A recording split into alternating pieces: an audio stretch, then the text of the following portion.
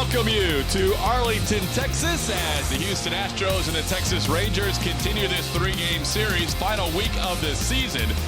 The Astros winning last night, and in the process, they earned the Silver Boot for 2017 for the first time in 3 seasons. The best records in the American League still very much in play. The Cleveland Indians, who were idle last night, lost a half game to the Astros after the victory. The Astros 2 games back, and the Astros hold a 5-game lead over Boston for the number 2 seed in the American League playoffs. Hi, everybody. Welcome to another evening of Astros baseball. I'm Todd Callis alongside Jeff Blum. And Blummer, a good way to kick off that series last night with an 11-2 to win. One of the more unusual games we've seen. A couple of errors from the Texas Rangers led to a bunch of runs, but AJ was actually pretty happy that it turned into a spring training game, getting some extras in there.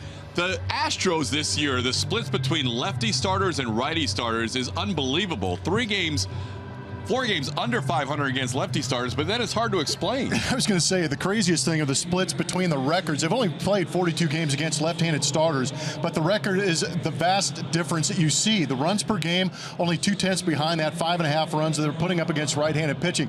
Sometimes for me, it's a little bit of a mentality, and it's interesting, too, the way the lineup sets up also. You have 2 switch hitters in Carlos Beltran and Marwin Gonzalez, who are very good left-handed hitters.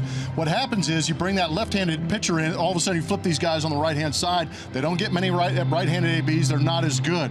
But for whatever reason, it seems like their mentality as right-handed hitters gets a little pull-happy sometimes, and they don't drive runners in those risk situations. And tonight they'll be tested by the left-hander Cole Hamels, who has been very good against Houston since joining the Rangers. He has been very good, and he's a tough guy. If you get pull-happy on the right-handed side, you're going to start to chase some of those fastballs up, but what makes him effective if you start to pull off that fastball is the changeup. He has a very good changeup.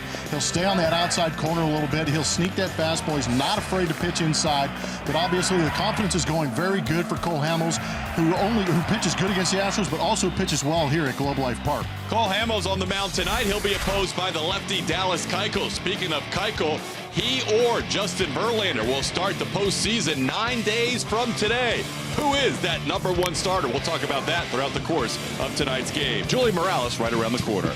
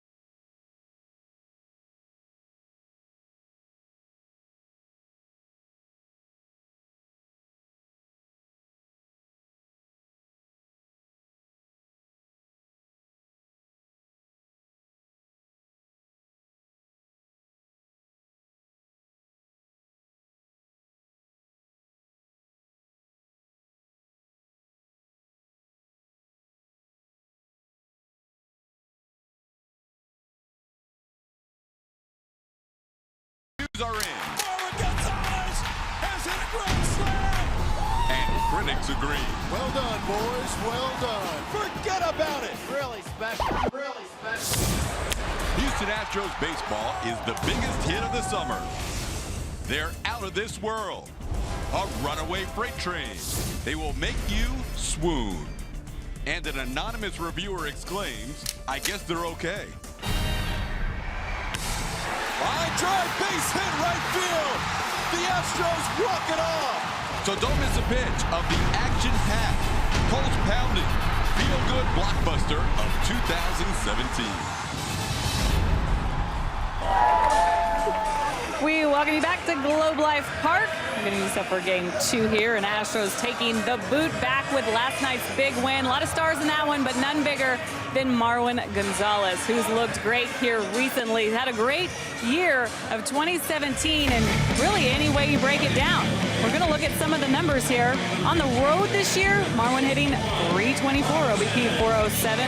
Very comfortable wherever he's hitting, doesn't matter which ballpark, but also here lately, in the month of September, he's coming on strong. He struggled a little bit last month, but having much better strike zone discipline here recently. So hitting .364 in September, good time to get hot. And then against the Texas Rangers, Silver Boot is back, and he is a big reason why he has given them a lot of trouble all year. .364 is the average against the Rangers in 2017. Doesn't look like he wants to slow down anytime soon, but what a great season it has been for Marwin, any way you slice it, Todd. All right, Julia, we are underway on a Tuesday night. It is our final Twitter Tuesday of the season as we welcome you into the Globe Life Park in Arlington. Rangers and Astros, middle game of this 3-game series. And the Silver Boot is indeed residing in the Astros visiting clubhouse here at the stadium. That was good to see. It's only the second time that has happened where the Astros won the season series against the Rangers. Now a chance to eliminate the Rangers mathematically from the wild card picture with a win tonight, and in the process also giving the Astros a better chance at the #1 overall seed. Hamels starts out behind George Springer, 3-0.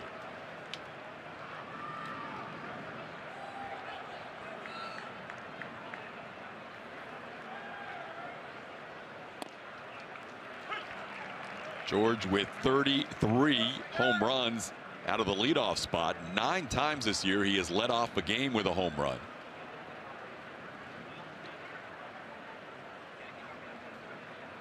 And he takes ball 4 inside. So Hamels on 5 pitches walks the first batter he faces.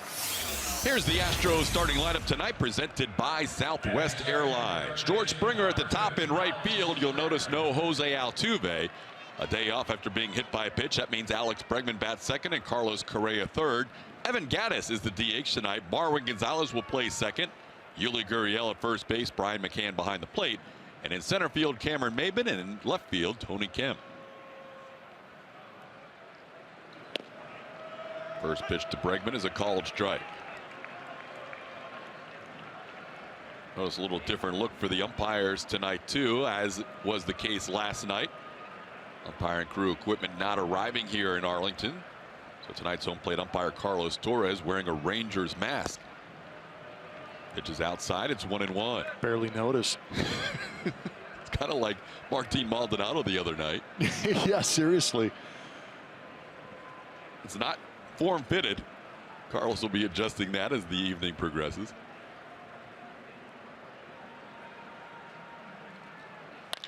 On the ground, past the diving shortstop Elvis Andrus, and the Astros in business early with a walk and now a base hit to left by Bregman. Good swing by Alex and a good start against Cole Hamels, who pitches very well here in Arlington. He is 7-0 this season here in Arlington with a 3.50 ERA. You're looking at his numbers on the season: 11-4, 97 punch outs in that 142 innings pitched. He's done a good job of holding lefties down to a 165 average. That's why you're seeing only 2 left-handed hitters in that lineup for A.J. Hinch. But a pretty good matchup tonight between Cole Hamels and Dallas Keuchel. A couple of good lefties in the West. Here's Carlos Correa. Of the guys who have hit left-handers well this year, Carlos the best, coming in at 33 for 86 against lefties. That's a .384 batting average. And he ropes one. Fair ball down the left field line, heading towards the corner. Springer will trot home. Bregman being waved around. The relay throw will not come home. 2 RBI double by Correa. And 3 batters in. The Astros lead this game 2-0.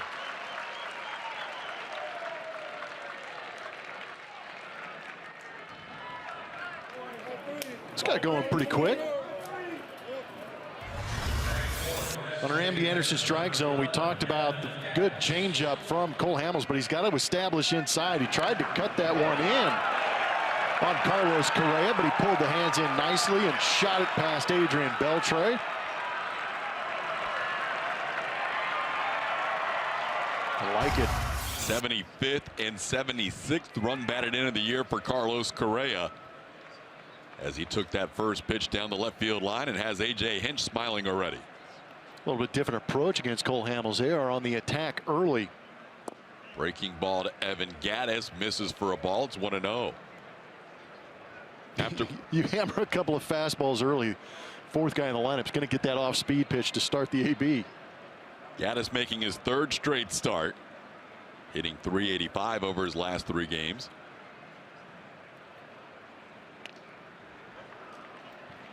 Hamels had been very good leading up to this start. His last 3 outings, he had gone 2-1 with a 2.53 ERA, allowing 3, 2, and 1 runs, as he has always pitched well deep into the season.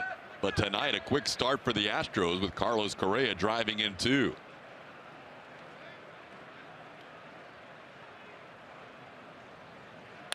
And Gattis hits a line drive base hit to left. Correa had to hold up. He will get to 3rd. The Astros with the first 4 hitters reaching base tonight against the lefty Cole Hamels. It's a laser show early. It's good to see Evan Gattis getting that back on around, because we talk about all the left-handed pitching that you might potentially see in the postseason.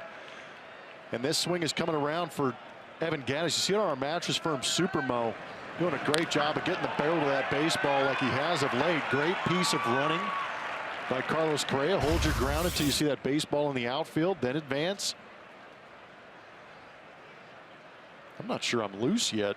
The Astros are. Yeah, that's all that matters.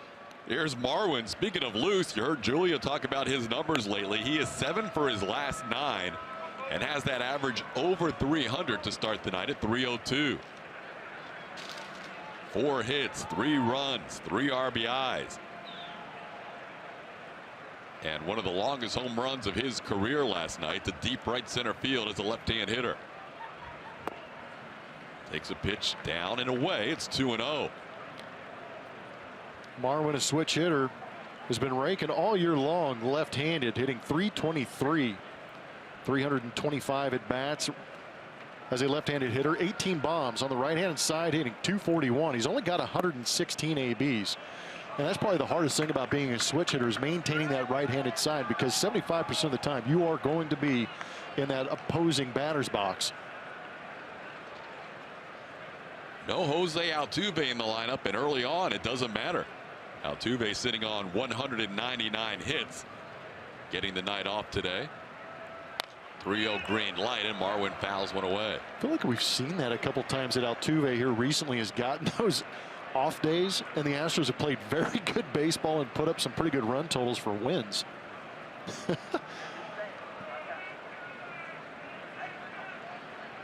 Marwin, after a tough month of August, really coming alive in this final month. It's not bad when you can have the MVP resting and put the first 4 on base and now have a 3-1 count with Marwin Gonzalez.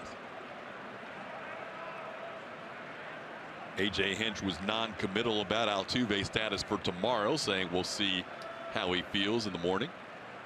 Day game tomorrow. There's a line drive base hit. Correa trots in. Marwin Gonzalez, who had 3 RBIs last night, now 8 for his last 10 as he drives in his team-leading 86th run of the year. It is 3-0 quickly. It's good to see Marwin is swinging the bat well from both sides of the plate, not trying to do too much here, just up out of the plate. drive it the other way, take that RBI. That is as many runs as Cole Hamels has allowed in any of his last 3 starts. And it happened in the span of 5 batters tonight. Here's Yuli Gurriel. Yuli first pitch swinging, fouls one away. These guys are getting after it. Plummer mentioned how good Hamels has been at Globe Life Park. His winning percentage 17-2, an .895 winning percentage, the highest ever for a Ranger in this building. On the ground, slowly hit, so slow that Odor only has the 1 out. He gets the sliding Marwin Gonzalez at second. Yuli lives on the fielder's choice, and now the Astros with runners at first and third and 1 away.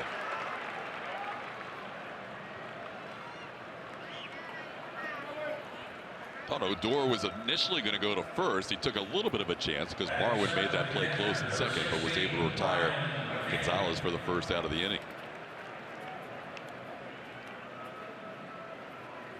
Almost looked like Marwin decelerated on that slide into second base also. But yeah, gutsy move trying to get that lead runner. It works. Here's Brian McCann. Nobody has seen Cole Hamels more than Brian McCann in the Astros lineup. 64 career ABs against Hamels. Many of those as a Brave, while Hamels was a Philly, as Brian fouls one off his foot.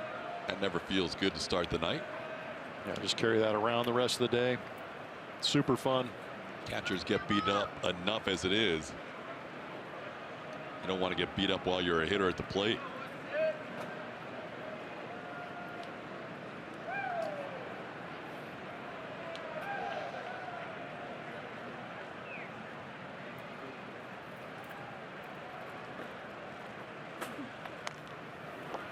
Foul back. It's 0-2.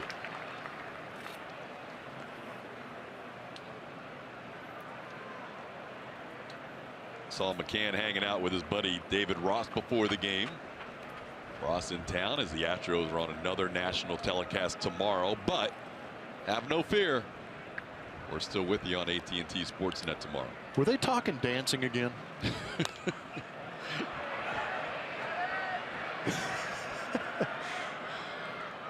I mean, Grandpa Rossi represented well in Dancing with the Stars. He did a great job. I'm not sure if that was the topic of conversation tonight, but you never know with those two. Definitely wasn't hair product. McCann trying to put a ball in play here and score the 4th run of the inning. He does put a ball in play, and Andrews will flip it to Odor. His return throw is wide. McCann beats the relay as the throw pulled off the first baseman Ryan Rua. So give McCann an RBI. It's now 4-0 Astros. Putting the ball in play with 2 strikes and hustling through that bag for Brian McCann allows him to get that RBI, and the Astros put another run on the board. There you go. 4 earned runs allowed tonight is the most versus the Astros since Cole Hamels has been with the Rangers, and I believe that ties the season high that he's given up here on a total in 1 game for the Texas Rangers. Cameron Maben misses the breaking ball. Yeah, this is unusual territory for Cole Hamels to be struggling like this at Globe Life Park. The Astros putting up 11 runs last night. Many of those were aided by poor defense by the Rangers with 7 unearned runs. And that last run, McCann may have been thrown out, but Odor's throw was wide of the bag. Had he made a throw on the money, it could have ended the inning and saved Hamels a run. Well, he's throwing on the run too. He didn't really get to the bag. He's playing McCann to pull. It was tough to get all the way over there, but I agree with you. Just in the fact that he was playing a little bit of a pull situation, having to catch that ball on the run, throw on the run, ball kind of tracked with him instead of throwing back across his body.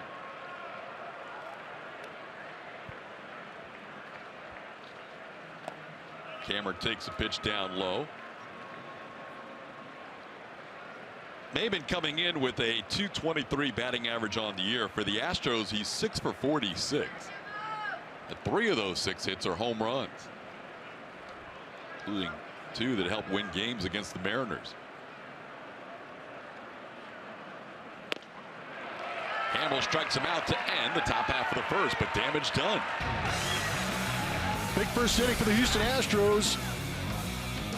George Springer scoring easy, waving around his buddy Alex Bregman, and of course Carlos Correa with that big first hit.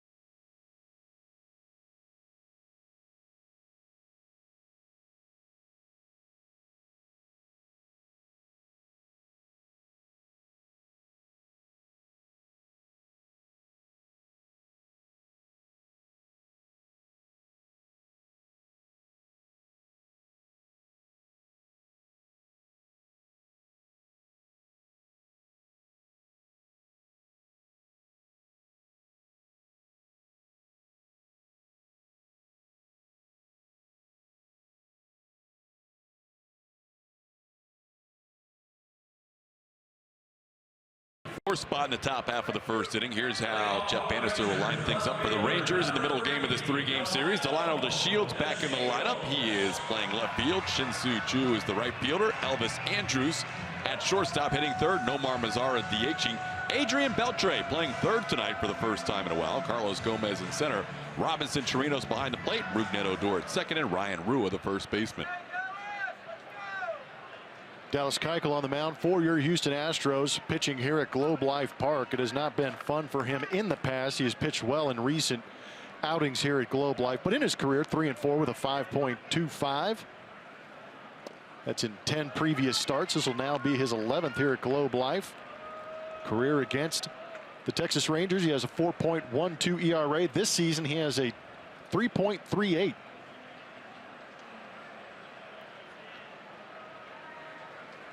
DeShields takes a called strike. It's 0-2. Dallas working with a 4 spot as the Astros put up 4 runs on Cole Hamels. DeShields hitting .160 against Dallas in his career with 8 strikeouts and 25 at bats.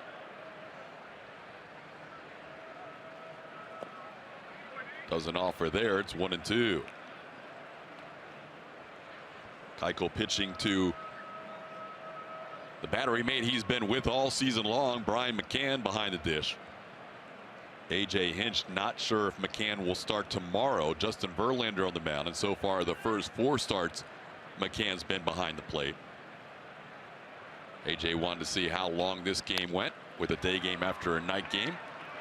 And a ball is booted by Marwin Gonzalez on a ground ball to second. But Dallas gets his customary ground ball. That may have had a little English on it, but either way, Marwin doesn't handle it, and that'll be an error.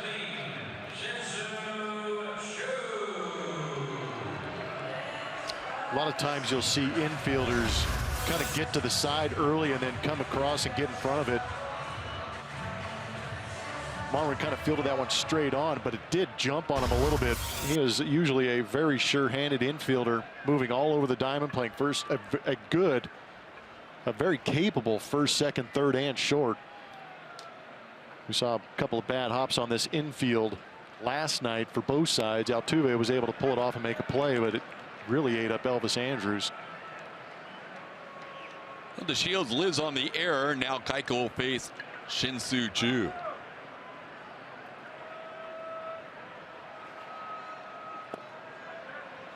Chu, who takes a lot of pitches, looks at one down low. It's 1-1. Astros start the night with 96 wins. That is tied for the third best mark in franchise history. A 97th win will tie them for the second best mark in franchise history.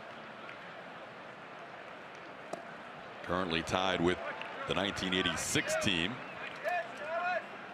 They got that 96 win on the anniversary of the 86 team clinching the NL West, and then 97 would match them up with the 99 team and only leave the record-setting 98 team with 102 wins ahead of this year's version.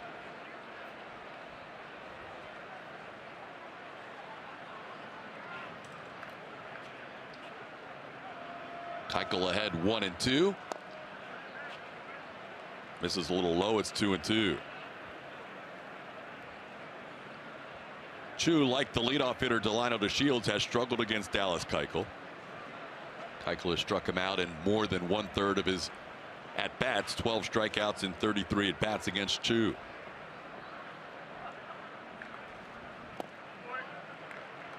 And it's 3-2.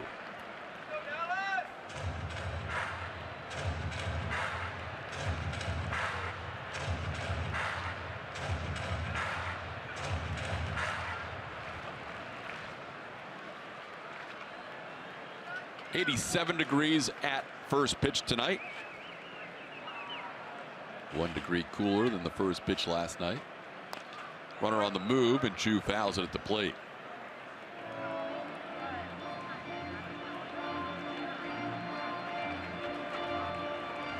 Chu will draw some walks, 73 walks on the year. It's near the top 10 in the American League.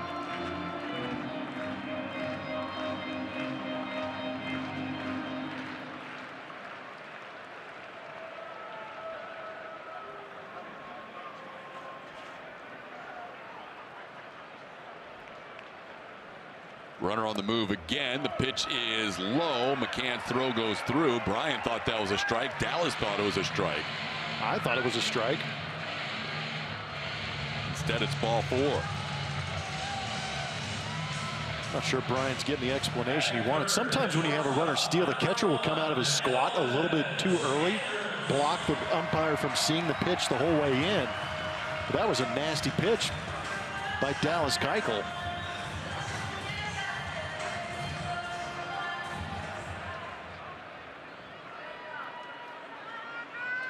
Maybe the mask got in the way.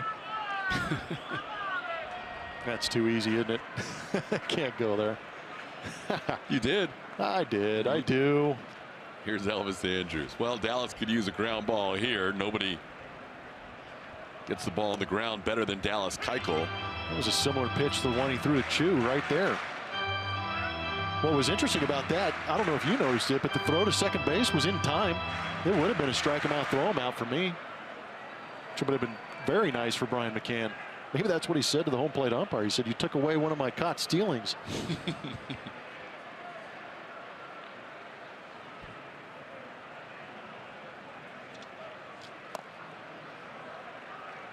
Pitch misses in. It's 1-1.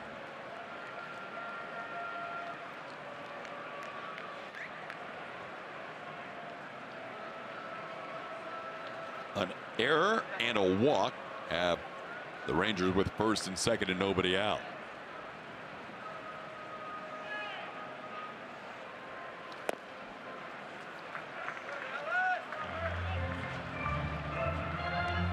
When Dallas does have an opportunity for a double play, he is second among starting pitchers,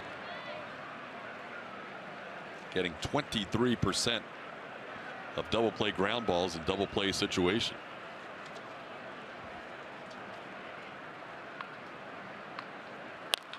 There's a ground ball past Correa into left field. DeShields around third will score. And the Rangers battle back with a run after giving up 4 in the top half. RBI single by Elvis Andrus. Maybe with these two good lefties on the mound, it's just going to turn into a slugfest. Not what Dallas Keuchel wants to see. Got a ground ball. It was just hit hard enough to get to the right of Carlos Correa. Andrus getting out and around that. Looked like a changeup on the outside corner. That run matches Dallas's previous 2 outings here at Globe Life Park. 12 2/3 innings, 1 run allowed prior to tonight this season in this stadium.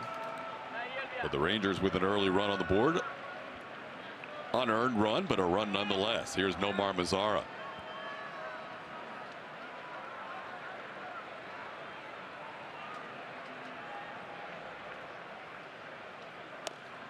Mazara takes a strike. Good pitch by Dallas. Last time we were here in Texas, Joey Gallo was in that lineup. Rougned Odor, who is in the lineup. Dallas did a very good job of pitching to that inside corner. Really opened up that outside corner for his slider.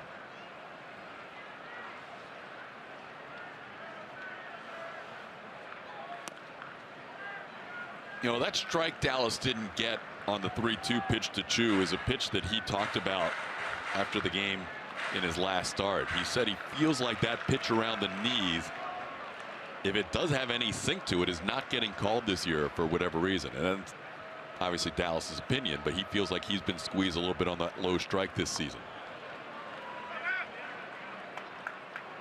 He feels like if you've got a high velocity fastball with good carry at the bottom of the zone, you're going to get that strike. But with any movement, he doesn't feel like that strike's been called, and he was frustrated after what could have been a strike him out, throw him out double play. Well, you and I have talked about it every time we've seen Dallas Keuchel out there. If he's not getting that bottom part of the zone called, it's going to be a rough night for him, because the second he has to creep back up in the zone is when he loses the sink to that fastball and it flattens out a little bit. Down to Mazara. It's 2-2.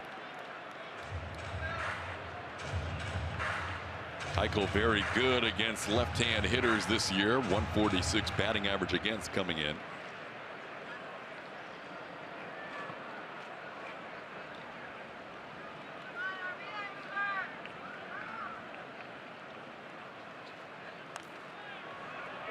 Mazara stays alive.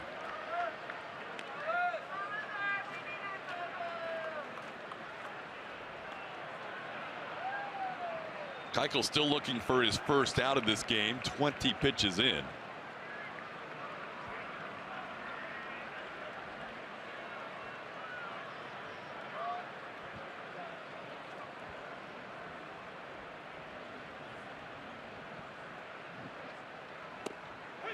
And a called third strike.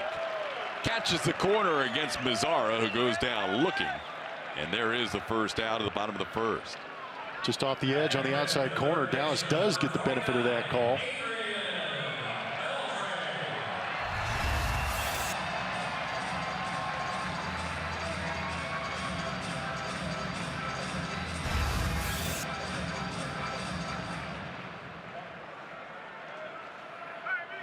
Here's Beltre, 2 on and 1 out.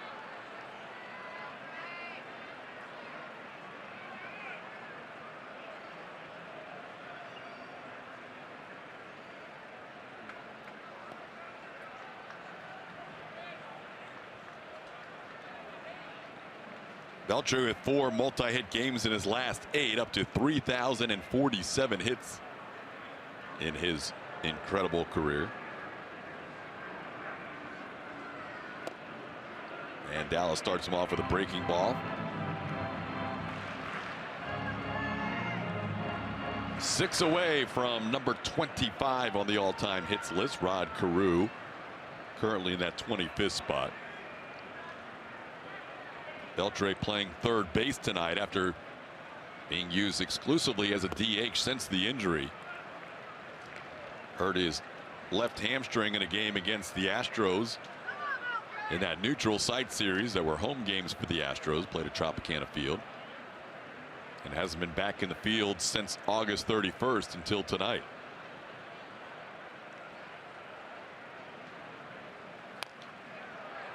Keuchel ahead 1-2. On that note, I'm kind of curious to see what some of these guys do at the bottom part of the order for the Houston Astros. I was kind of curious if Maben might lay down a bunt, try and force Beltre to charge in. But with Tony Kemp in that lineup, I really think it's an opportunity for him to take advantage of the veteran with the bad wheel. We are thinking exactly alike. I actually asked AJ about that today, about Cameron's ability to bunt. He says it's never really been a big part of his game, but Kemp, we'll see what happens. But I think you're right. See if those guys test out Beltre. And here, on a pitch that misses inside, that's 2-2. Here, if he hits any sort of ground ball, it's going to be a double play with the way he's running. Exactly. But at the same time, since he's come off the DL, he's hitting over 300 and hitting 313 on the season. So he is one of the more dangerous bats in the lineup, just really hampered right now by that hamstring. Pitch misses and the count goes full.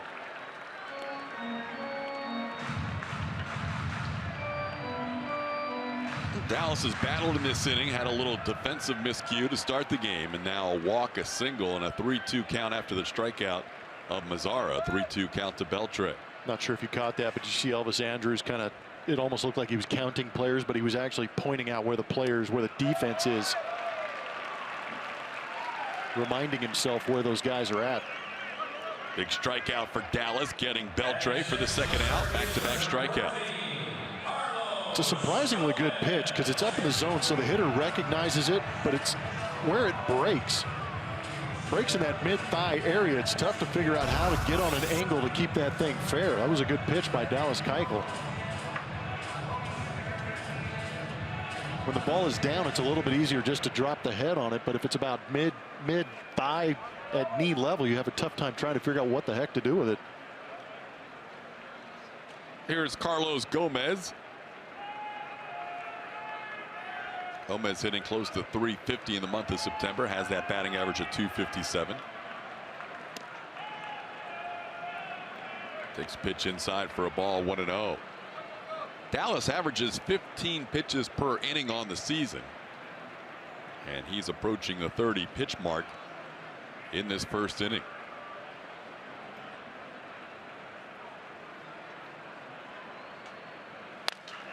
On the ground, barrel goes flying past Keuchel. Barwin makes the play for the final out. So after the first three reach, Dallas retires the next three, and it's a 4-1 Astros lead.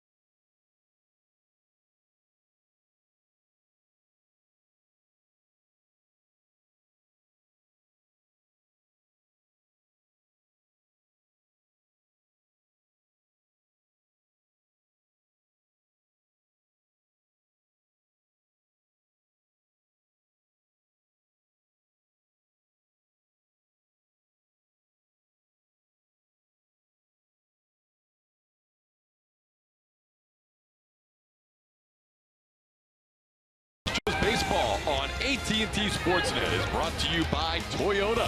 Let's go places.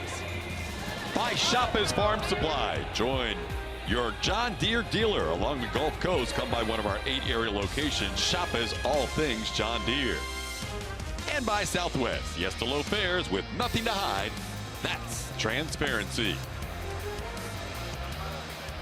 4-1 ball game as we begin inning number 2. Astros winning last night 11-2. Early lead on Cole Hamels tonight 4-1. And Blummer, just what you were talking about with Tony Kemp possibly laying down a bunt. Adrian Beltre way in at third base. He's got to play way in. He's got to compensate for that bad wheel he has. But I think it's a real opportunity for Tony Kemp to either slash one by him. I'd try and bunt. If I had Tony Kemp's wheels, I'd dare him to make the play. Any pitch that's on the outer half of the plate, though, he can just go with that pitch and have a good chance at a base hit. That is one of the good things about bringing that third baseman in.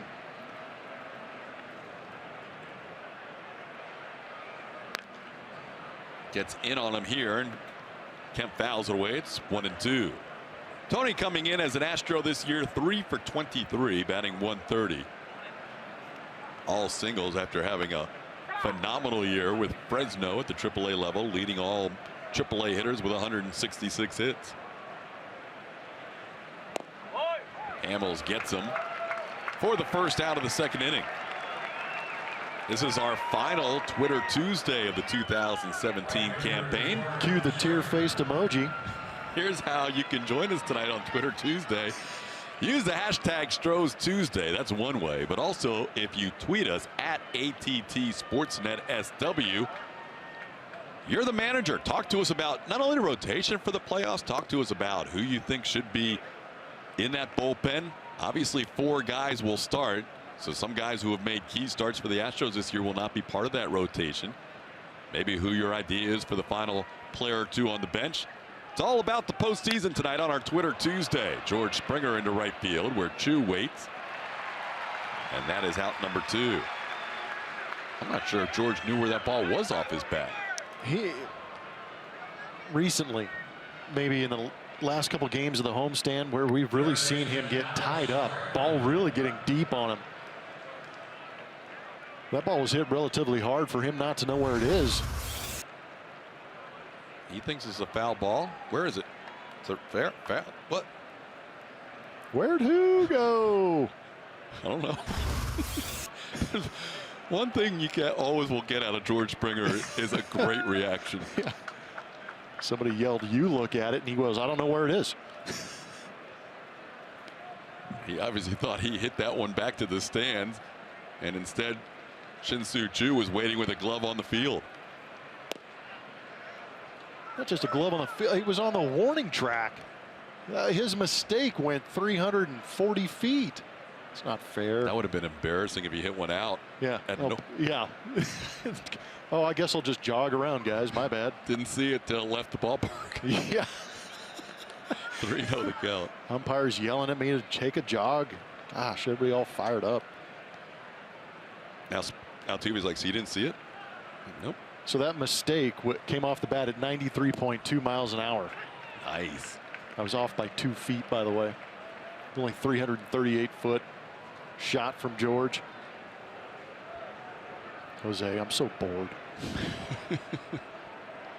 AJ's not letting me play. Here's a ball in the right field that Chu will drift back on. He's at the track and right up against the fence, makes the play on Bregman for the final out of the inning. 1-2-3 inning for Hamels.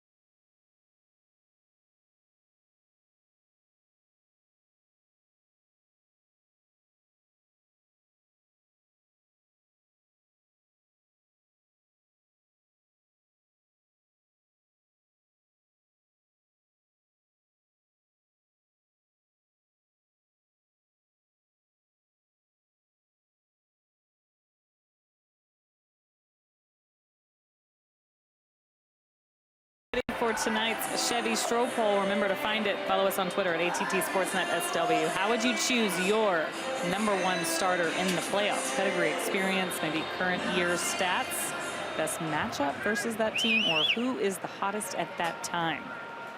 I can tell you that AJ is not telling us yet. He said we could talk this weekend. He did say it was going to be either Keuchel or Verlander. Is that breaking news? That's breaking news. You heard it here first. That's beautiful.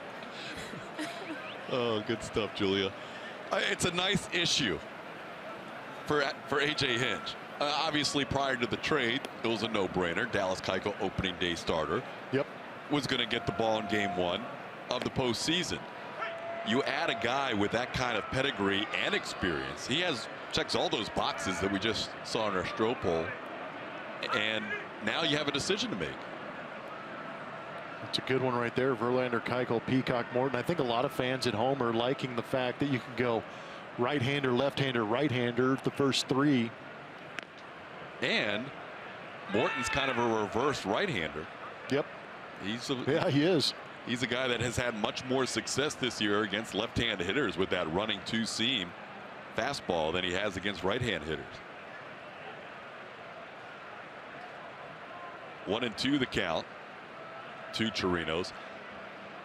You know, I think the fact that Morton and or Peacock, more than likely, if they don't make the rotation, one of those guys on a check swing that Dallas thought they went around. Dallas looking into the dugout. He feels like he's been not getting any calls out there on the mound tonight.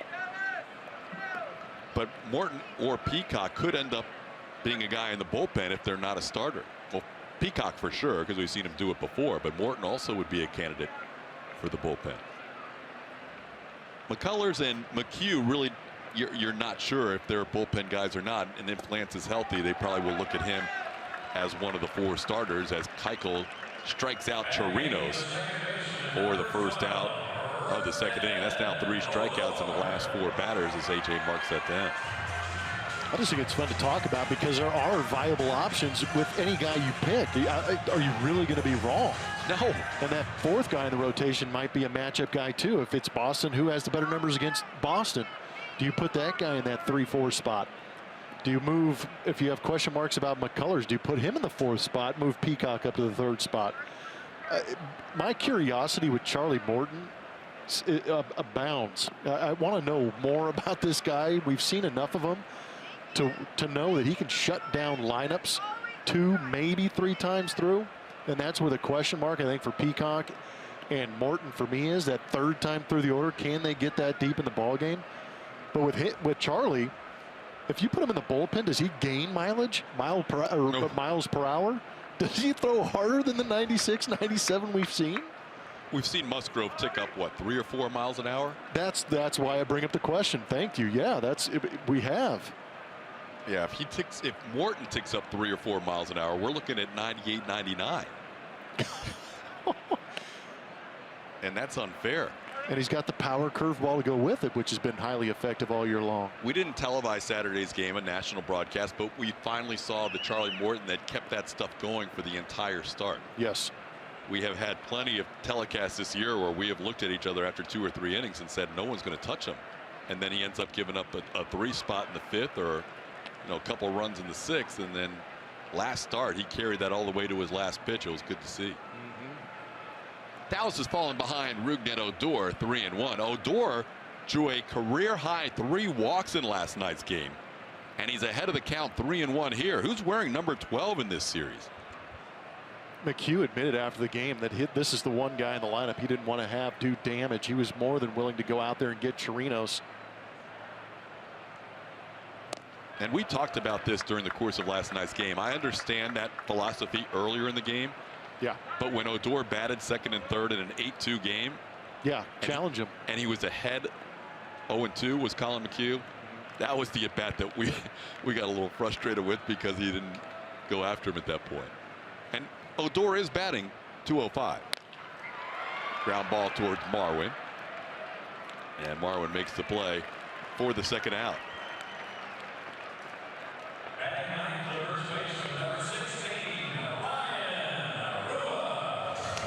late in the season starts in September. Colin McHugh last night, Blemmer moved to a perfect 15-0 in the final month plus of the season. And that just throws a wrench into the plans. It adds one more body to the situation in Colin McHugh because he missed first half of the season. But now he's worked out a little bit. How many throw? 111, 112 pitches yesterday? 112. So he's stretched out. He's battled through some stressful situations. And he's undefeated in the month of September. Does that translate into October enough for you to put him in your rotation or in the bullpen? We'll have some really good talking points tonight. We appreciate all those people who are tweeting us on this final Twitter Tuesday, and we will share your comments both as we can relay the messages, and also you'll see them on graphics on your screen tonight. But there are a lot of great talking points for this team in the final 6 days of this season. Certainly the rotation being a big one of them. And we will show you a little bit later on also the matchups. We asked, you know, Keuchel versus Verlander versus Keuchel. We'll show you the matchups of all the potential playoff teams versus Keuchel and versus Verlander throughout their careers. Dallas has missed the first 3 to Ryan Rua, the number 9 hitter, ahead 3-0. One thing you got to remember too is that your 3-4 starters, if the season ended today, the Astros are going to start at Minute Maid Park, so that sets up well. Keuchel pitches well there. Verlander in his first couple starts has pitched well there, but you're going to have your 3-4 guys pitching their first games in the playoffs in Fenway Park. Yep. So that's something to think about too.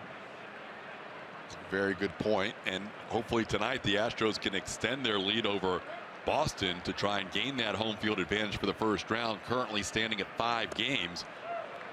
Rua misses that 3-1 pitch and the count's full. Red Sox are trailing tonight 5-1 to the Blue Jays in the 6th inning, so the Astros enjoying what the Blue Jays are doing so far in that series at Fenway. A win last night and up 5-1 tonight. Minnesota and Cleveland are tied at 4 in the 4th inning. Swing and a miss. Dallas comes back after being down 3-0 to Rua to strike him out. 1-2-3 inning for Dallas, and Carlos Correa will lead things off for the Astros following his 2 RBI double his first time up.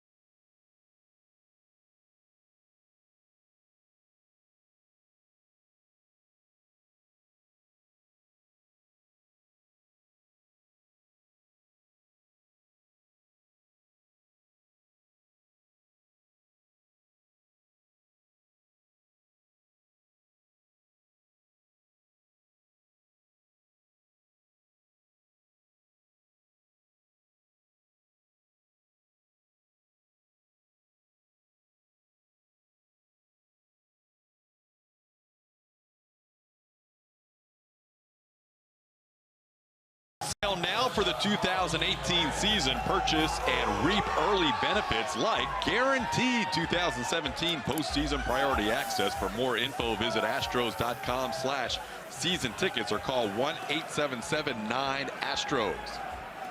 That was the scene 9 days ago as the Houston Astros wrapped up the American League Western Division, their first division title since 2001.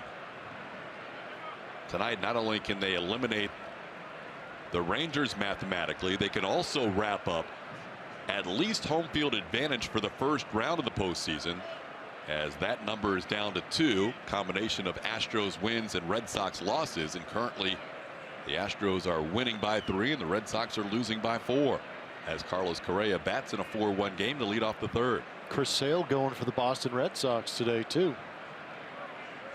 We saw before our game started, Josh Donaldson hit a home run against Sale in the first inning. They put up 5 runs on Sale, huh? Josh Donaldson got him early. It's a lot of innings and a lot of pitches with those strikeouts that Chris Sale has racked up. One thing is becoming abundantly clear on our Twitter Tuesday is there are a variety of options and a variety of choices that fans are voting on for what they'd like to see in the postseason rotation. I mean, there's very few consistent groupings of 4 pitchers. Obviously, it's Keuchel, Verlander, Keuchel. That's the 1 and 2. Yeah, the 1-2's been easy, but you're right. There's been a lot of responses, and there's been a lot of different responses. Peacock's getting a lot of love. He is, rightfully so. Absolutely. Oh, geez, guys. You really think I'm that good? Yeah. You guys are the best. 12 and 2 with a sub-3. That'll get you some love from the fans. Yeah, the most modest sub-3 in the entire league. Correa was ahead of the count. Now a full count pitch sent into center field, and Gomez comes in, and he's been dealing with a bad ankle, but still able to make the play. Let's send it down to Julia. All right, I've got time to play presented by Toyota. We're looking at Evan Gattis coming up for his second AB, but this guy, when he is called upon and in clutch situations, look at his numbers: 337 with runners in scoring position, 324 with 2 outs and runners in scoring position. Whether that's discipline and all the things that he's worked on, he's feeling really good about what he's been able to contribute this year with a little bit less playing time, being a backup catcher, and that's been a challenge for him. Also, DHing was a challenge for him as he tried to keep himself ready for each and every at bat. But coming up huge, and we saw it early in the first inning with the base hit with Carlos Correa on second base. Guys. All right, Julia, I don't think it's by accident either that AJ is playing him in a 3rd consecutive game. He had that right wrist soreness. He was on the DL prior to that with a concussion, so he really hasn't had as many at-bats late. So AJ getting him 3 starts in a row. Doubt we'll see him tomorrow, night game after 3 straight starts, but Evan getting some consistent at-bats here, getting ready for the postseason.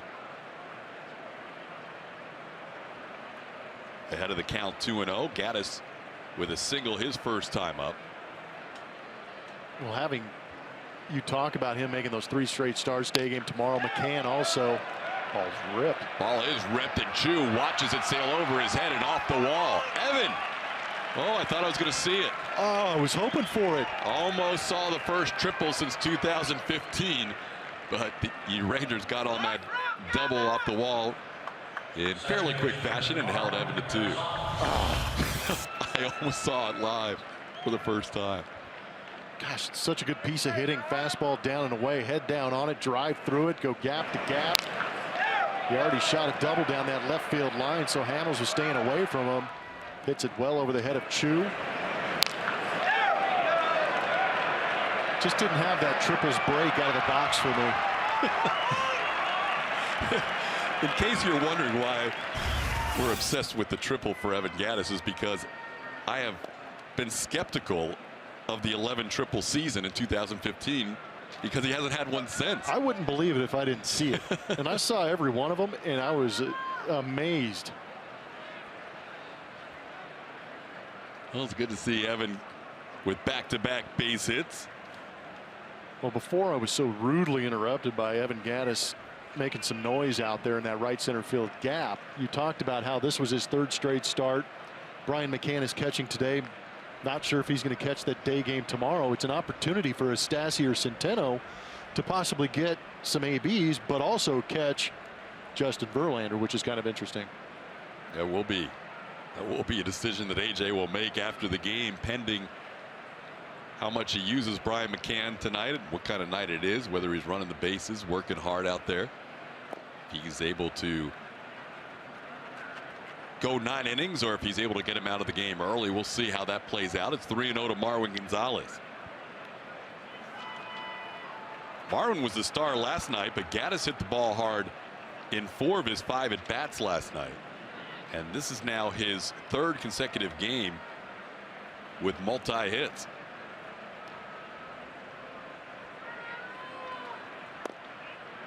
Marwin takes a 3-0 pitch inside, and Cole Hamels has walked Gonzalez first and second with 1 out. You're going to finally leave Marwin alone now that he's hitting 303. Yep. Now I'm going to focus on Yuli. Yeah, we need to get him going. Yuli, with 6 games to go, after grounding into a fielder's choice his first time up, is batting .294. So Yuli would need to go, let's say he gets 20 at bats the rest of the way. He would need to go 9 for 20 the rest of the way to hit an even 300. He's done it before. But 9 for 20 is a significant streak as he swings and misses at the first pitch. Yuli's in an 0 for 9 right now.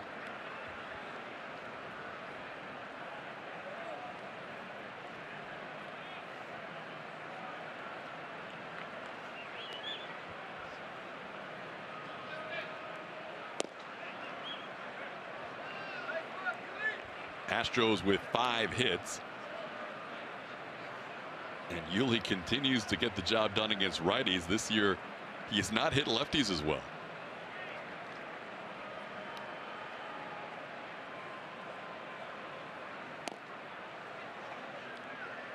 Yuli is definitely one of those weird anomalies just in his numbers. He's hitting .310 against right-handers. Todd's referring to that. .255 coming into this game against left-handed pitching. 3 home runs.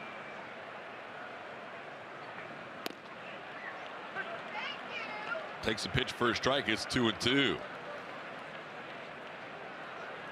Hamels, after that 4-run first inning, pitched to 1-2-3 second, but now working with traffic on the bases, first and second, 1 out.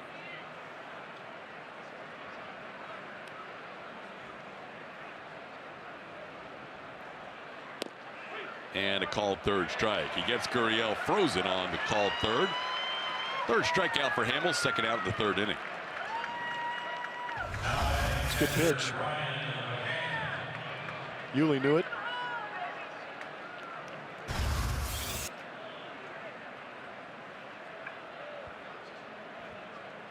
And now Hamels will face McCann, who grounded into a fielder's choice but drove in a run his first time up. McCann with his 58th RBI of the year.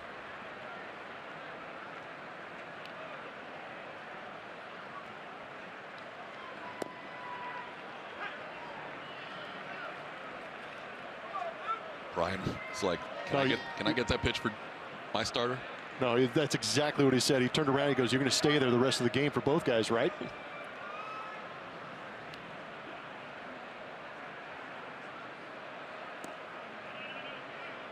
Down and away. It's 1-1.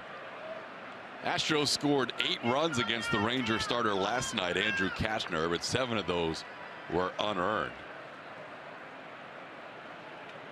It was the most unearned runs allowed by a Rangers pitcher since Charlie Huff, the knuckleballer, allowed 7 unearned runs in a start.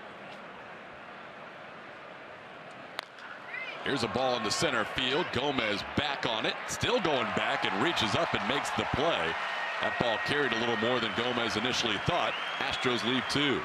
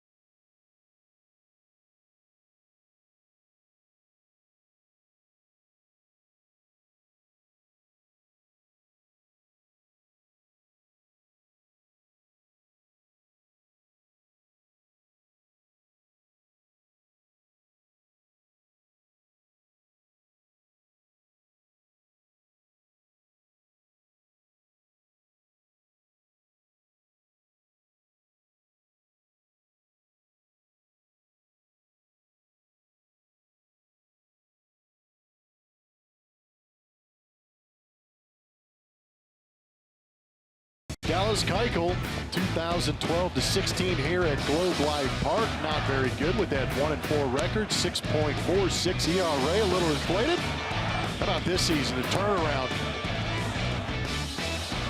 2-0, 0.71 ERA, doing a phenomenal job making the adjustment, coming up big for the Houston Astros, providing them some quality pitching, suppressing this Texas offense here at a very good hitting ballpark. He sandwiched those two really good outings around his DL stints as he pitched really well to continue that winning streak that ended at 11 in Kansas City. In that June 2nd start against the Rangers, went 6 shutout innings, winning his 9th game. As Dallas faces the top of the order, Delino to Shields with a 1-0 count. Then Dallas coming back from the DL, July, late July, and then first couple of starts in August really wasn't very good. Certainly wasn't Keuchel-like, going 3 innings, 5 innings, and 4 innings, allowing a total of 14 runs in 12 innings. And then his game at Texas on August 13th kind of got him back on track again after that DL stint. Dallas trying to pick up his 3rd straight solid start here against the Rangers at Globe Life Park, as DeShields sends one into center field, and coming on, Cameron Maybin makes the play for the first out. Well, it's just kind of odd, sorry Todd, looking at that string of games against the Rangers. There's 2 games here at Globe Life, very good. And that last start, August 30th against Texas, in Minute Maid Park, he gets ripped. Oh, I'm sorry, that was at Tropicana Field. Good grief, I need to make a note of this in the notes. No, it's always going to look like a home game. It's always going to look like a home game. It counts as against his home record. That's the unfortunate thing, is it goes against those Minute Maid numbers that he's done so well with. That's why I always reference Josh Reddick, who continues to lead the American League in home batting average. He went 1 for 8 in that series against the Rangers at Tropicana Field, but that counts on his home record, even though he wasn't hitting at Minute Maid Park. Drives me nuts. 1 pitch to Chew. 51st pitch of the game is a little bit inside for a ball, 1-1. Dallas was not at its best in that start in the neutral site. There was 1 pitch, really, that 3-2 pitch to Joey Gallo that messed him up, and he even admitted to it that he lost focus after it. And he's not seeing Joey Gallo in the lineup tonight. 3 lefties in there, but no Joey Gallo. So we won't see that incredible shift tonight. It's too bad. If you weren't with us last night, there were 4 infielders on the right side of the infield for the first at bat of Gallo's night. A selfie with a foul ball and boos raining down on the Astros fan. Gallo misses inside a little bit.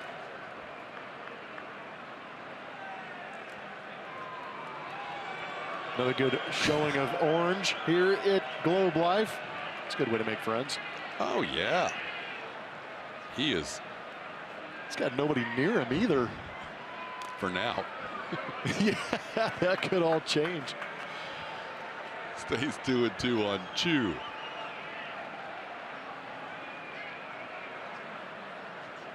Dallas allowing a run in the first, an unearned run, an error, a walk, and a single.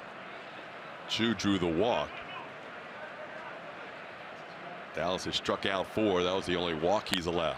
On the ground, Marwin. And Keuchel gets another ground out for out number 2. Keuchel versus the playoff contenders, and we're about to see the Angels leave that list soon. They have an elimination number of 2. What stands out to you, Blummer? Just highlighting a couple numbers here.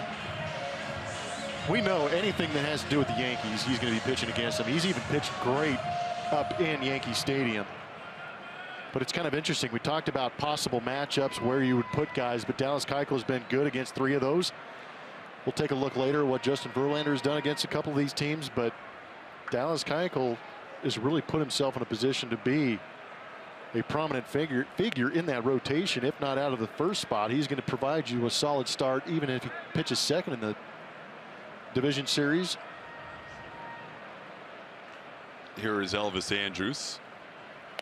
Well, that 1 starter important in any series, but especially in a best out of 5, because then usually your 1 starter comes around and pitches game 5. Occasionally you'll see a guy pitch on 3 days rest, but for the most part, that's what we've seen from rotations in the first round of the playoffs.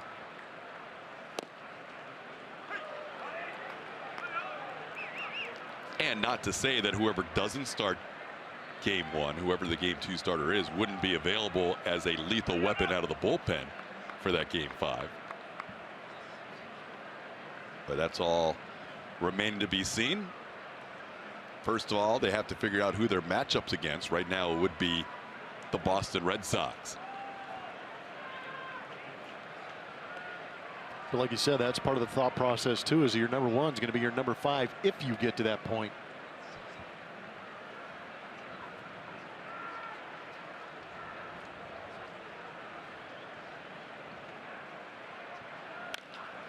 On the ground, off the glove of Bregman. Correa will pick it up, but no chance. Elvis Andrus with an infield hit. Only 2 hits in the game allowed by Keuchel, both by Elvis Andrus. That was almost a miraculous pickup. The ball was hit pretty hard off the bat of Andrus, and that topspin's going to pick up some speed, but not enough time for Alex Bregman to watch his right foot. Hit to his right, he'll open up that right foot, but you can see that first jab step in creates a tough angle to make that play. In a perfect world, you take a drop step with that right foot and create a longer hop on that second hop. But ball was hit hard. Did a good job of keeping it to a single.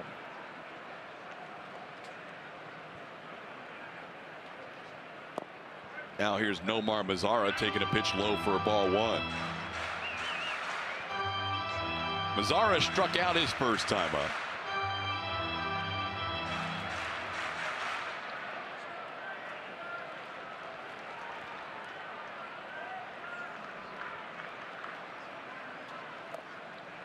A.J. Hinch has not announced his rotation for the Boston series, which begins Thursday, except for the first 2 games.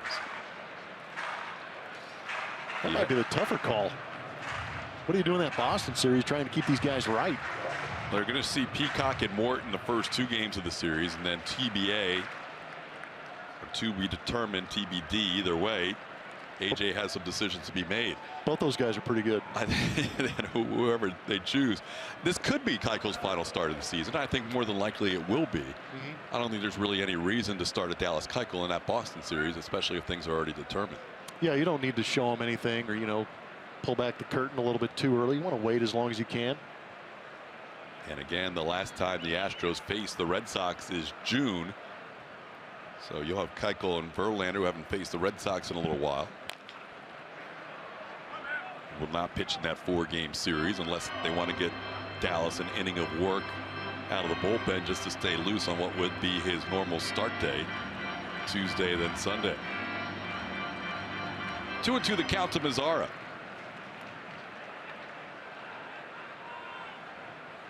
Mazara is the one guy in this Rangers lineup that has given Dallas more problems than anybody. 353 coming in against Keuchel. Runner was moving and Dallas just stepped off, and they have Elvis Andrus picked off. Andrus went way too early, and that's going to end the 3rd. Physical error yesterday from Elvis Andrus. Now you get a mental error against Dallas Keuchel. Gets him picked off. Runs himself out of this inning and the Texas Rangers.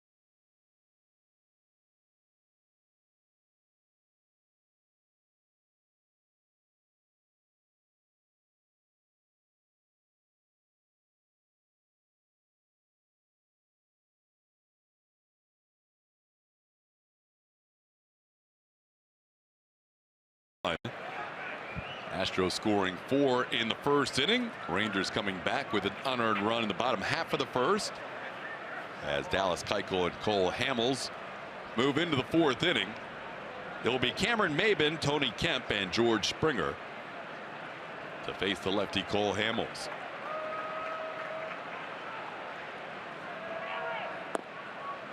You know, one of our viewers tonight on Twitter Tuesday brought up the possibility of tandem starters, having 2 guys that have started for the Astros during the course of the season kind of pitching back-to-back roles. Kind of a unique idea, and I think it's certainly one that is bandied about, but I don't necessarily think you're going to see it implemented this year. You may see a team do that at some point if they have pitchers who are really good, strong for 1 or 2 times through the lineup. You could potentially see a starter go 4 and then give way to another starter for another 4, but I'm not sure if the Astros are going to line it up that way this year. Maybin takes a pitch down. It's 2-2. What if the guy you start in that tandem start has a no-hitter going? That's the other thing. It could blow up or on he's just dealing. It could blow up on you in a couple of ways. You could have a starter dominating, and then when do you bring him out? Yeah. Or if he gets hit early, you know, then you've got to warm up a guy who's not used to having to get quick to get warm quickly and come out of the bullpen in that scenario.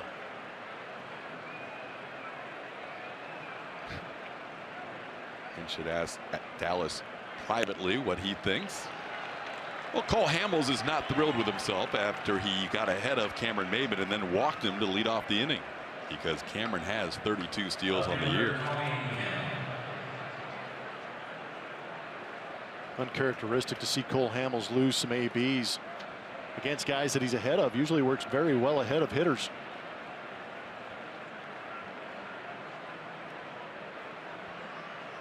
Here's Tony Kemp. We mentioned the possibility of him bunting for a base hit. This also could be a bunt sacrifice situation too, lefty on lefty. He is around the bunt and takes a strike. It's 0-1. Tony said, "Are you sure that was a strike?"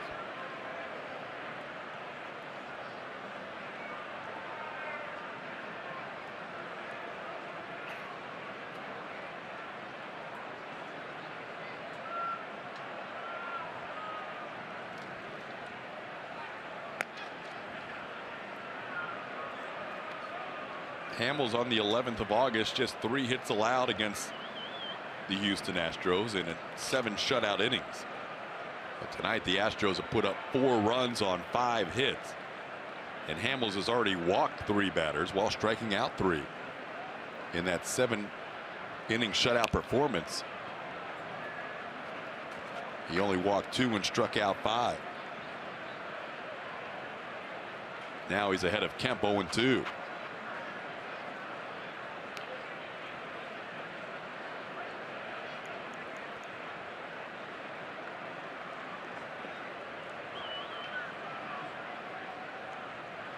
Been more than 6 years since the Astros have beaten Cole Hamels. Have to go back to his days as a Philly.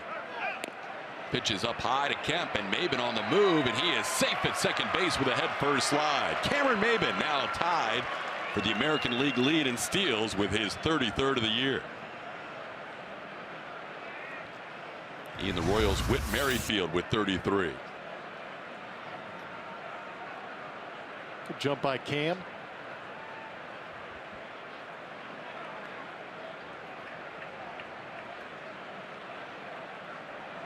One behind Maybin and Merrifield is the guy getting the night off. Jose Altuve has 32.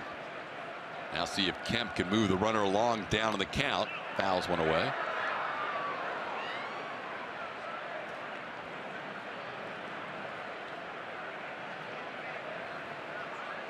Strikeouts have been down this year for Cole Hamels. 142 innings, only 97 strikeouts. He has the lowest swing strike percentage of his career, 9.6%. Plus Kemp inside, it's 2-2. That command has been an issue for him this evening. So was the 5th inning this year. not been his favorite. He's given up 17 runs out of the 65. I guess now 69 in that 5th inning. He's given up 14 in the 1st inning now. I'm sorry, 15.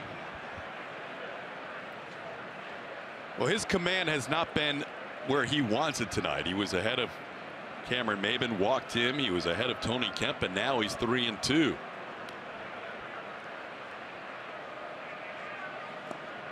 Down and gets away from the catcher Chirinos. That'll be a walk and a wild pitch, allowing Maybin to go to 3rd. So the Astros have set the table for the top of the order. Runners on 1st and 3rd and nobody out with a couple of walks, a steal, and a wild pitch.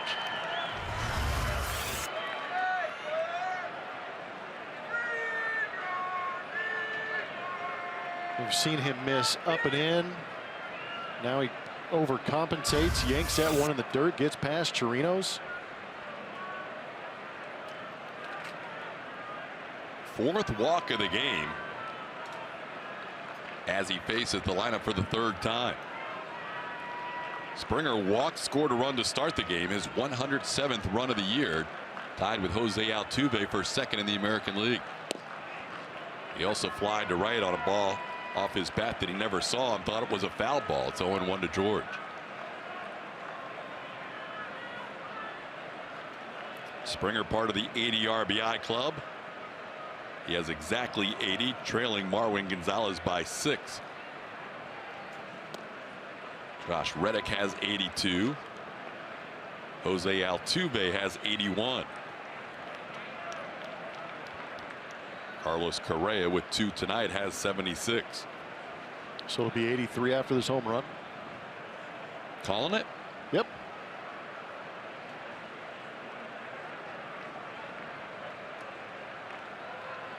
If he hits a home run, he will move into 4th all-time for home runs by a leadoff hitter.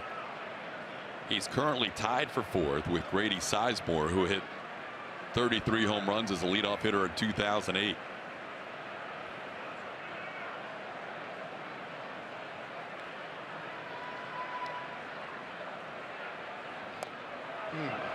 Tried to make you a profit. He did, but Cole Hamels pulled that string on him. See George's eyes get extremely big about halfway to home plate, then the bottom just fell out of it.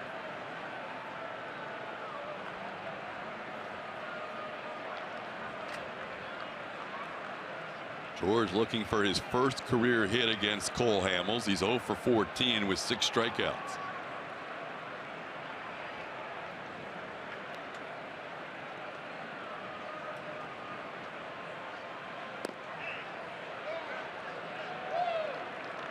Just misses 2-2.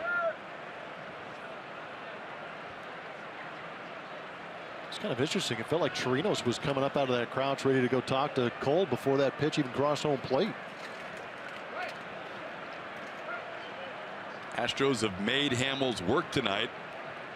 Normally a guy 15 1/3 pitches per inning. But tonight he's already approaching 80 pitches. No outs in the 4th.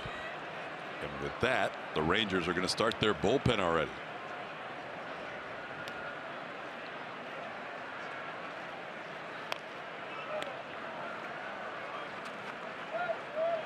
A reminder as you enjoy a cold one to look forward to Miller Time later in tonight's game, brought to you by Miller Lite.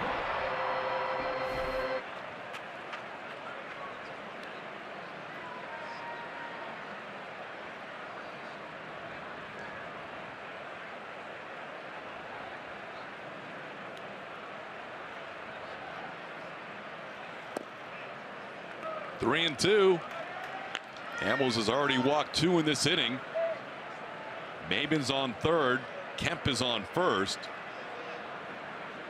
See if AJ elects to send Kemp here on a full count with nobody out. As the Rangers have their first bullpen action going of the night. Nick Gardenwine. Ball is hit down the left field line, but hooking and fouled into the crowd. Gosh, George, get that launch angle up.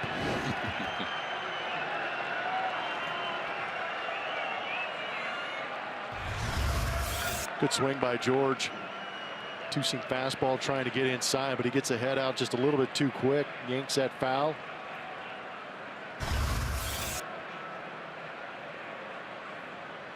Kemp was on the move on that last 3-2 pitch. This time he stays, and George fouls it away. George hitting .300, .302 against lefties on the year with 9 of his 33 home runs.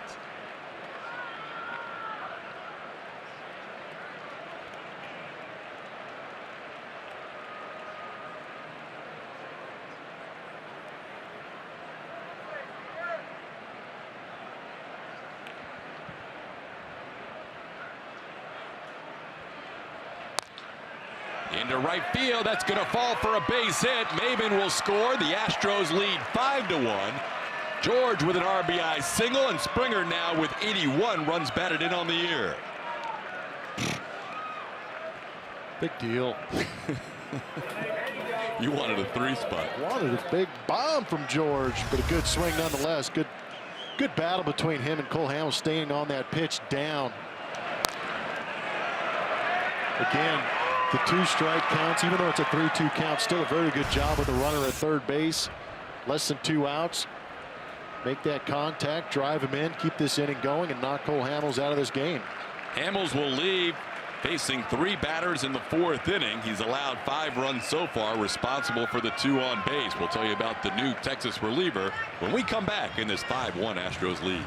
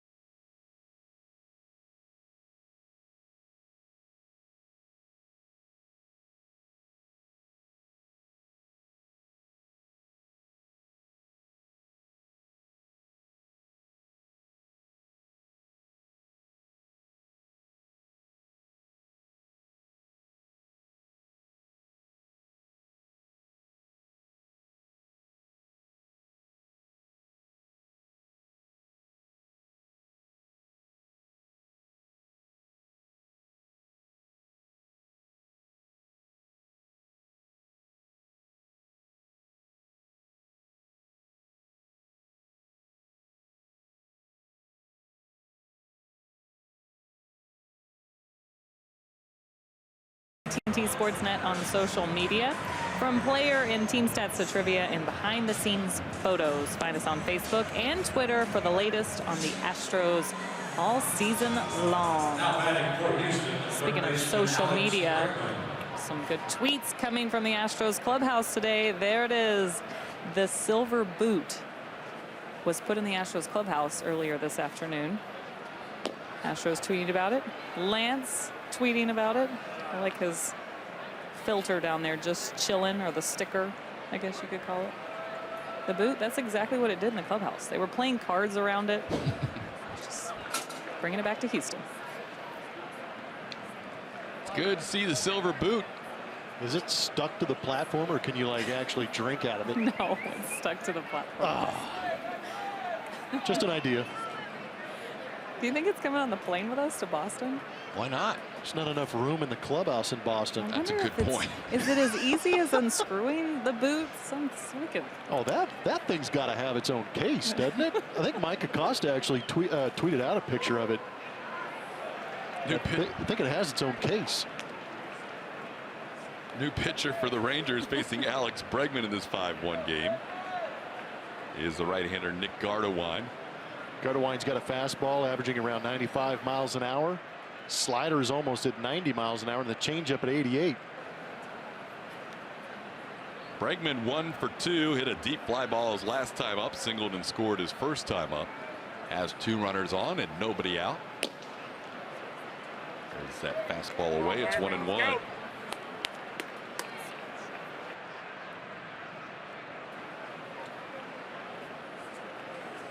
You're right about the space in the clubhouse. Where are they going to put the boot? That boot will take up a third of that Boston clubhouse.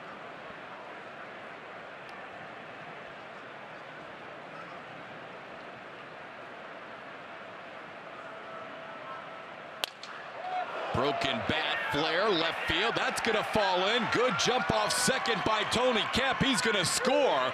RBI single for Alex Bregman, and the Astros lead 6-1. Bat's going to go down a hero.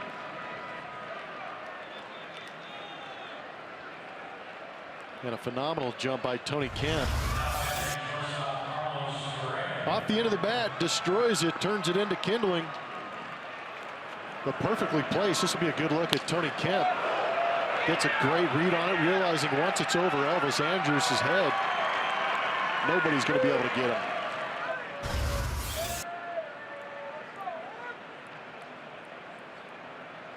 Here's Carlos Correa. Cole Hamels allowing a 6th run. He's still responsible for Springer on second. Correa hits a base hit to left field. Hit the ball so hard that there was no chance for Springer to score from second. The bases are loaded, nobody out in a 6-1 game. Correa now has 2 hits. All that's going to do is entice Alex Bregman to make a comment about hitting the ball too hard. Bregman destroys his bat, gets a base hit and an RBI. Carlos Correa hits a rocket to left field on that changeup. So it might have been the slider. But all it is a bullet base hit, no RBI. But it does count towards the RISP number that is very good for the Houston Astros on the season.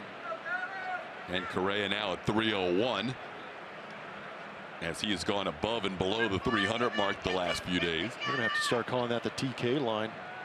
The 300 number? Yeah. Just keep ragging on guys until they get over it. Well, you've got Altuve, who's well beyond that. Then you've got a few guys that are all right around there. Reddick's going to hit over 300 this year. He's had back-to-back nights off.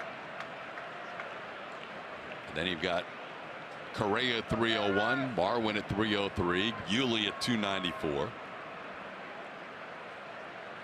Evan this year has 8 runs batted in and 8 at bats with the bases loaded.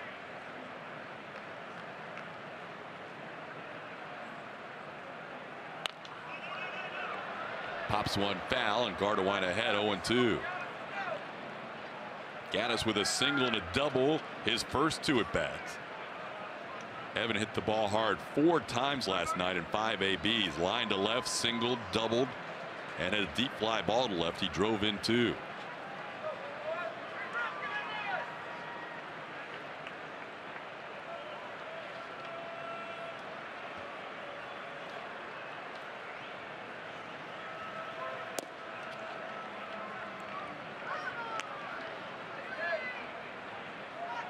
One of those 8 runs batted in for Evan this year with the bases loaded was on a walk-off walk.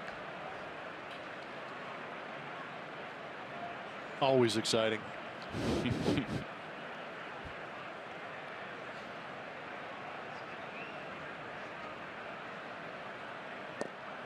And Gardewine able to get Gaddis swinging for the first out of the inning.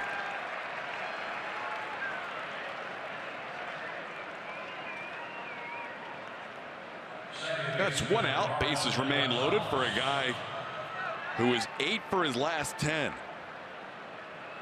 And oh, by the way, started with the first grand slam of the year for the Astros on May the 2nd against the Texas Rangers.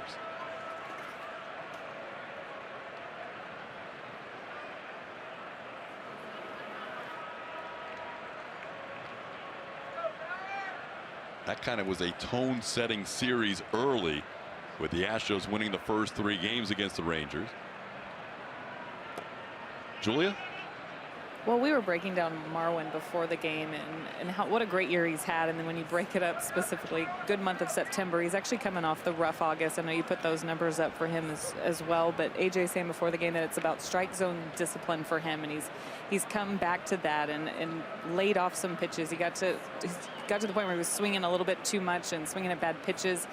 when he was struggling. It's all bad, right? It's a bad combo for him. So being more disciplined at the plate, he's looking much better here lately, using the whole field as well. But good to see Marwin kind of trending back up. And then the breaking balls too, guys. There was a point earlier in this season where he was swinging at the least amount of breaking balls and then started swinging at those. So he's getting back to the game plan that he had that worked so well for him earlier in this season, hoping to finish strong. He is finishing strong. He has been just on a great run lately, putting up career numbers, by far his best season, and a team leading 86 RBIs, and he can reach the 90 RBI plateau with a big swing here. Instead, he's down to the count 1-2.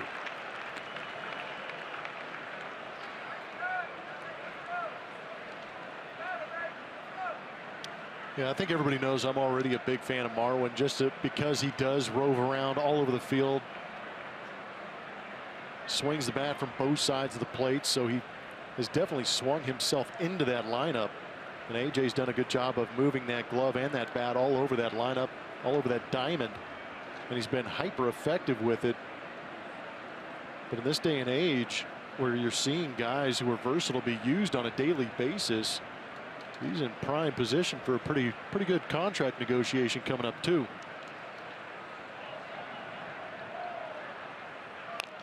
I thought as impressive as the home run was to deep right center field last night, maybe even more impressive was the previous at bat when he went down and took a tough pitch from Cashner through the middle and turned a 4-2 game into a 6-2 game. Yep. But that's experience too, and Marwin's growing up. Over the last couple of years, we talked about him, Altuve, Keuchel, some of these guys that have been on those teams that were losing 100+ games a year. You know, it was really a chance for him to get those ABs and get to this point in his career where he's gained the experience that says, okay, I need to make an adjustment, and he has. And he's proven to be an incredibly tough AB throughout this entire season. Marwin staying alive, down to the count 1-2.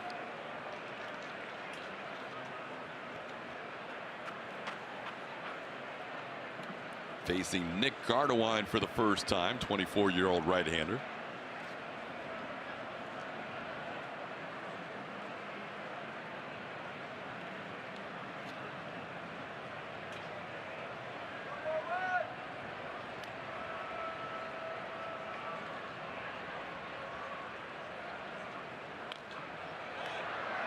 Marwin spoiling that pitch at 95. In fact, it'll draw a little meeting at the mound as Robinson Trinos goes out to talk to his young right-handed reliever.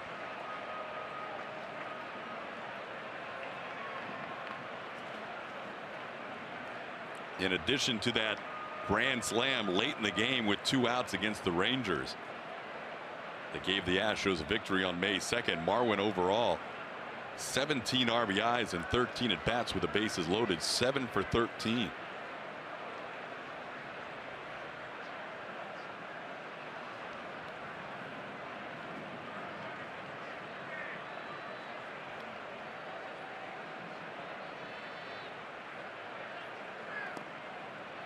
Bounces in there. It's 2-2. Toronto's piling it on the Red Sox tonight at Fenway. The Blue Jays lead 9-1 in the 8th inning. Man, Toronto not going away quietly this year, are they? No, Astros are big Blue Jays fans right now. They're in flight.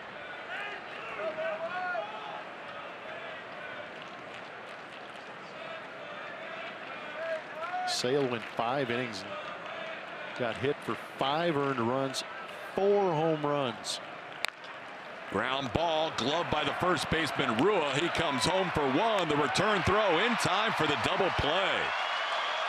3-2-3 on the double play to end the inning, and the Astros settle for 2 and lead it 6-1.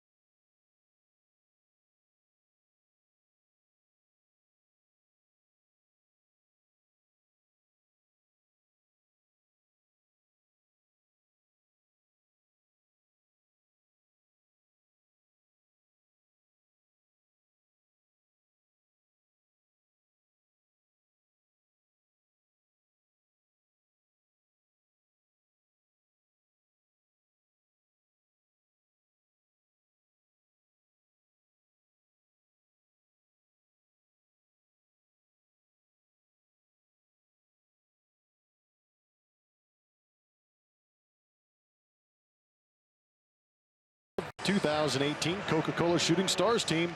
As a member of the Shooting Stars, you'll be an ambassador for the Houston Astros brand throughout the year. Visit astros.com/shooting stars for audition info. No, you don't get one of those cool hats. Colt 45's hat. Astros leading this game 6-1 as we head to the bottom half of the fourth inning.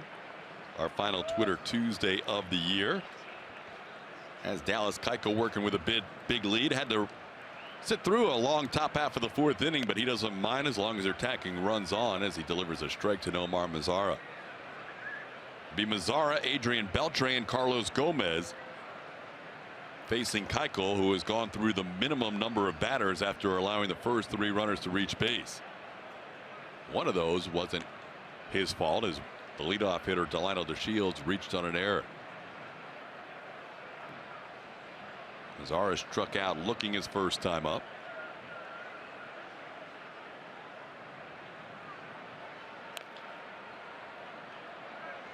You want to know why the Astros are cheering, or could possibly enhance their cheering for the Blue Jays?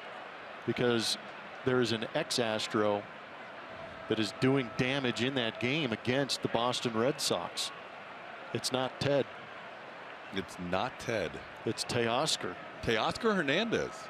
2 home runs. Really? Yep. Paul Braverman, who does PR for the Fresno Grizzlies, watching this game, tweeted at me and said Teoscar has 2 jacks, 4 RBIs.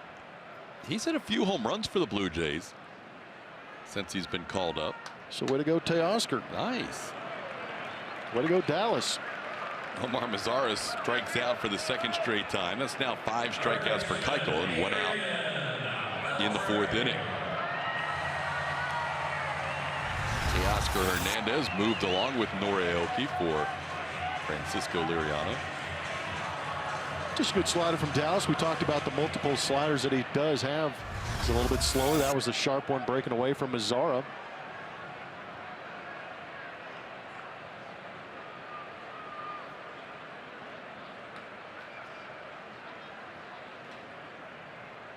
Adrian Beltre, the batter, ground ball to short. Correa can take his time with Beltre nursing that hamstring injury, and there's 2 away. Last inning, Blummer, we showed you Dallas Keuchel versus the playoff contenders, and here is the other option, Justin Verlander. Austin, Twins, and Angels. He's faced the Indians the most, obviously spending all his time in the AL Central prior to August 31st. But the Indians have hit him around a little bit, 5-7-6. Does the way he's been pitching as an Astro change your mind at all? About who should start game 1? Yeah. It's a good question. I think it's one worth asking, because you're right. Those numbers against Cleveland are not very good. Dallas's are much better. But what he's done in that Astro uniform has been pretty darn impressive. Well, we know one thing. The Astros will not face the Indians in the 1st round. Yep. So that decision, if the 2 teams advance, can be made based on what happens in the 1st series. But yeah, that's a good question. I mean, look, Dallas has been there all year. He's pitcher of the month the 1st month. He was as good as anybody in the game really for the first month and a half, 2 months, and then the injuries kind of crept in, and we're seeing vintage Keuchel again. But there's also something to be said for a guy who's gone out there and pitched 4 dominant starts like Justin Verlander has.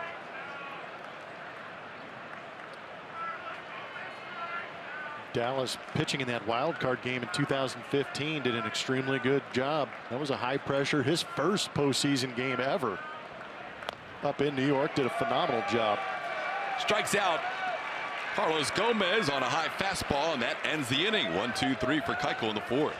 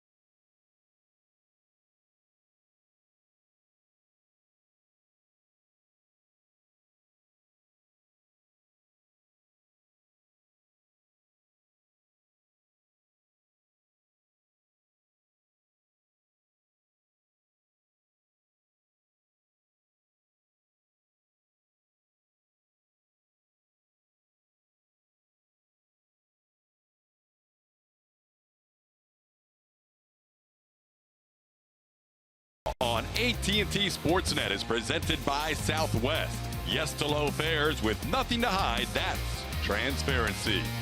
By HEB. No store does more than my HEB. And by the all-new 2017 Nissan Titan with America's best limited truck warranty. See dealer for warranty details. Dallas, Texas, not far away as we welcome you back to the 5th inning with the Astros leading the Rangers 6-1.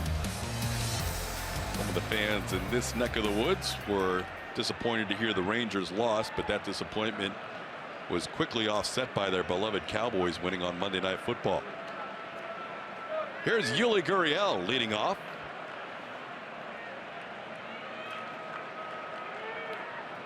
He is facing A.J. Griffin on in the 5th inning. Griffin delivers a strike. Griffin takes over. Seen him a lot as a starter this year. Tough swing there by Yuli. It's 0-2. It's not a good place to be as a hitter. Doesn't feel good. Timing's off. You're not seeing the ball get out of the pitcher's hand. Tough combo.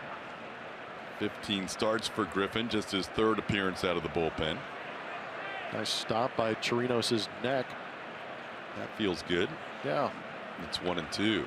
Go ice your Adam's apple after the game. That is why they teach catchers to point their nose towards the ground when they go to block it. That's why you don't want to have your head up. Wow. Almost looked like a slow pitch softball. We were looking at. Yeah, you were. Teoscar Hernandez numbers during the break. Since September 10th, Blummer, and tonight is a 26, so 2 weeks and 2 days, 7 home runs. 5 in the last 5 games. Here's a ball down the right field line, and Yuli Gurriel has himself his 40th double of the season. He is the first Astro in 2017 with 40 doubles. Well, and that'll make you forget the swing he took to get the 2 strikes. Inside out. Force it the other way. It's really good batting when you can kind of redirect it to a place where nobody's standing. This is the first full season for Yuli, technically still a rookie. 40 doubles doesn't seem like something we should be surprised at going forward. I think a 40 double season is right in his realm. Yes, no, I think that's who Yuli is. We saw it a little bit last year with the way his approach is, for me, is up the middle, but he does such a good job of going gap to gap. Doesn't really have that prolific opposite field pop, but he has enough to shoot gaps from left center to right center, and then he has the pull side power for the home runs. But I would expect him consistently to have plenty more doubles and home runs. Gurriel, a leadoff base runner in the 5th. The Astros leading 6-1. Brian McCann drove in a run his first time up on an RBI fielder's choice, made it a 4-0 game. McCann takes one inside from A.J. Griffin. It's 2-1. It's now 59 extra base hits for Yuli Gurriel. That is a beautiful number. You'll be pretty happy getting 68 extra base hits out of your first baseman. 18 home runs, 40 doubles, and a triple for Yuli this year. His biggest extra base hit this season was the bases clearing ball down the line against the Yankees, when he got a Aroldis Chapman, and the Astros came storming back against the Yankees in the 8th inning in a frenzied crowd at Minute Maid Park. Brian McCann deep to right field, and I mean deep, upper tank. McCann ball. McCann makes it an 8-1 game on his 17th home run of the year. Check that, 16th home run of the year. That should count for 2. Also well struck. It was upper tanker. Wow.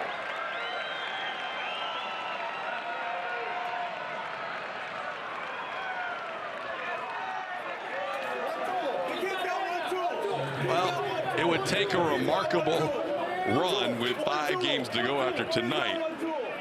McCann with 16 home runs. Seems like year in and year out, all he does is hit 20. This year he may fall just short because of those injuries. Knee injury had him on the DL. Concussion had him on the DL.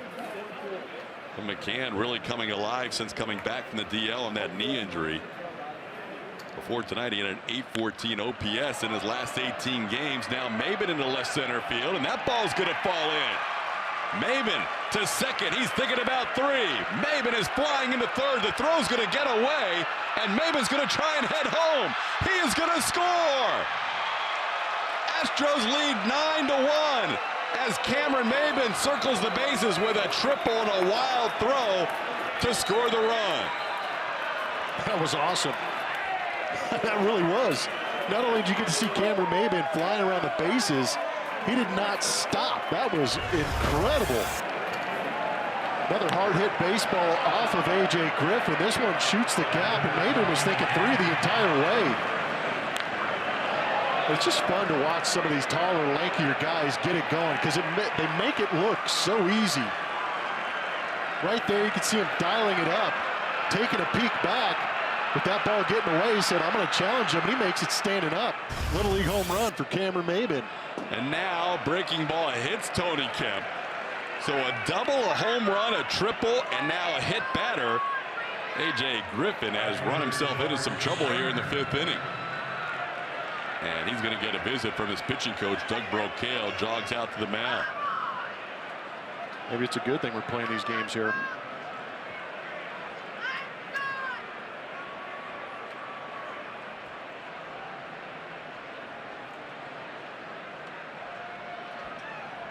Astros with a 9-1 lead.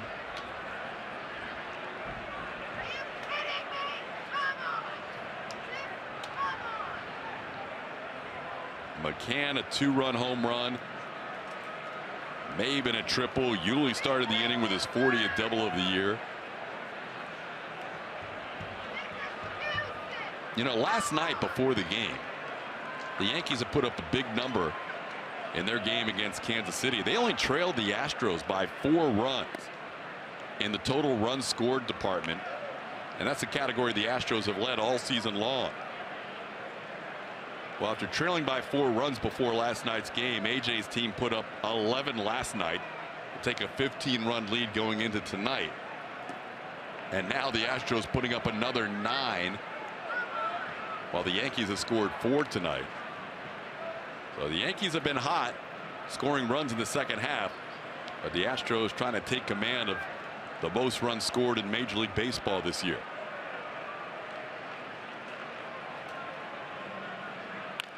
Here's a ball hit hard. That's a fair ball down the line.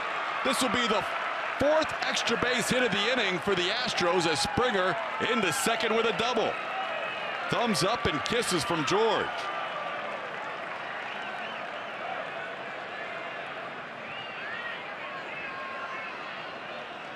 This is kind of fun. Imagine if Altuve was in the lineup. Seriously, right?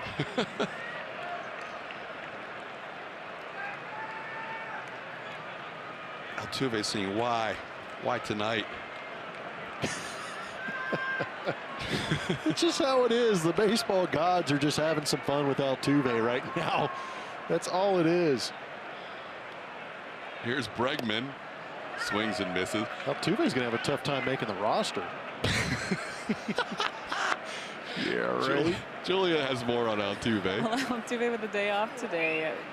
Won't play tomorrow if there's any kind of soreness, but he did play a lot of FIFA this afternoon, was feeling good. Did say he's really hoping to get back in the lineup tomorrow. Could a guy have come any closer to his 200th hit than Altuve last night? He had that ground ball. It could have been ruled a hit, and there was a review and an overturn.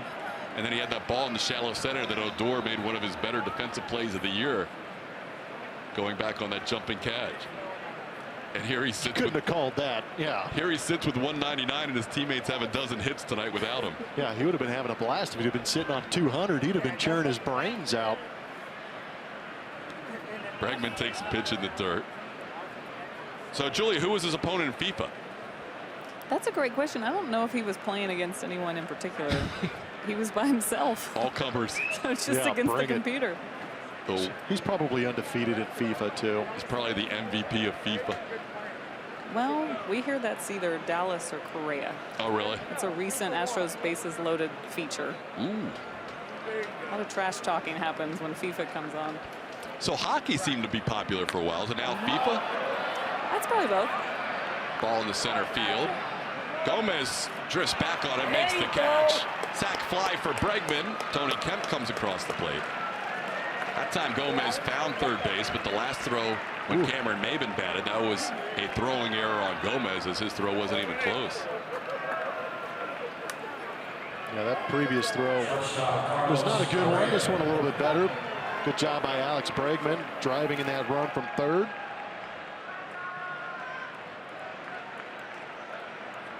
Well, Blummer, after years of frustration, especially the last two against the Texas Rangers, I know it's not lost upon people in that clubhouse that tonight could be the night that the Astros eliminate the Rangers from the postseason. It sounds crazy with the Astros being 19 games up in the division, mapping out their postseason rotation, their rosters. Just won the Silver Boot last night. They're going out today with a little intent, little payback, which is fun to see. It's good to see these guys doing it. Well, the Astros early in the season winning 6 of the first 7 games against the Rangers after the 10-28 mark the last couple of years. They kind of wanted to make a statement early and say, hey, there could be a new sheriff in the AL West. Well, that's one thing we know in talking with A.J. Hinch and a lot of his. Another base hit. This will be for extra bases. Astros keep piling it on here. Correa with another RBI. It's now 11-1 as Correa drives in his 3rd run of the game. Springer scores his 108th run of the season. He now passes Altuve for 2nd in the American League. It's a well-known fact that A.J. Griffin's curveball takes a while to get there. Correa does a good job of waiting back on it, driving in that left center field gap, making me lose my train of thought. We'll revisit that thought after this commercial, because the Rangers are going back to their bullpen. A tough night for A.J. Griffin as he allows 6 of the 7 batters he faces to reach base, including 5 extra base hits. Back with more after this.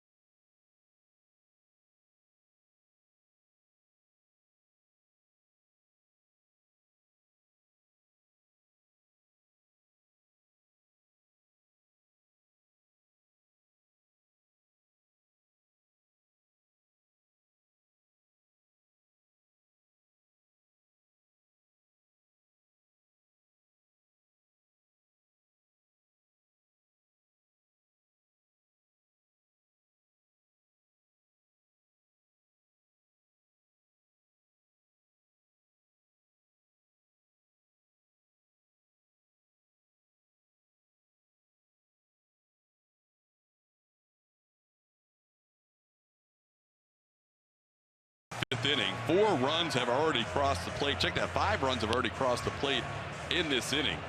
And the Astros still batting with just 1 out. Carlos Correa with a double and an RBI to make it 11-1. And the Rangers go to the left-hander coming in out of the bullpen, Yohander Mendez. Yohander Mendez has a live arm, making his 6th appearance for these Texas Rangers. 2 punch outs in 4 innings. He throws hard, around 92, 93 miles an hour. Has a slider, curveball, and a changeup. All right, we're going to go back to that thought. Yes. Which was rudely interrupted by Correa's RBI double. Yeah, apparently got to speak faster because these guys are got the hitting shoes on tonight. But what I was going to say is that early in the season, A.J. Hinch had commented the AL West goes through Arlington. But he's trying to steal that throne and has stolen that throne from the AL West. And now he's putting, or his team is putting a hurting on the team in Arlington.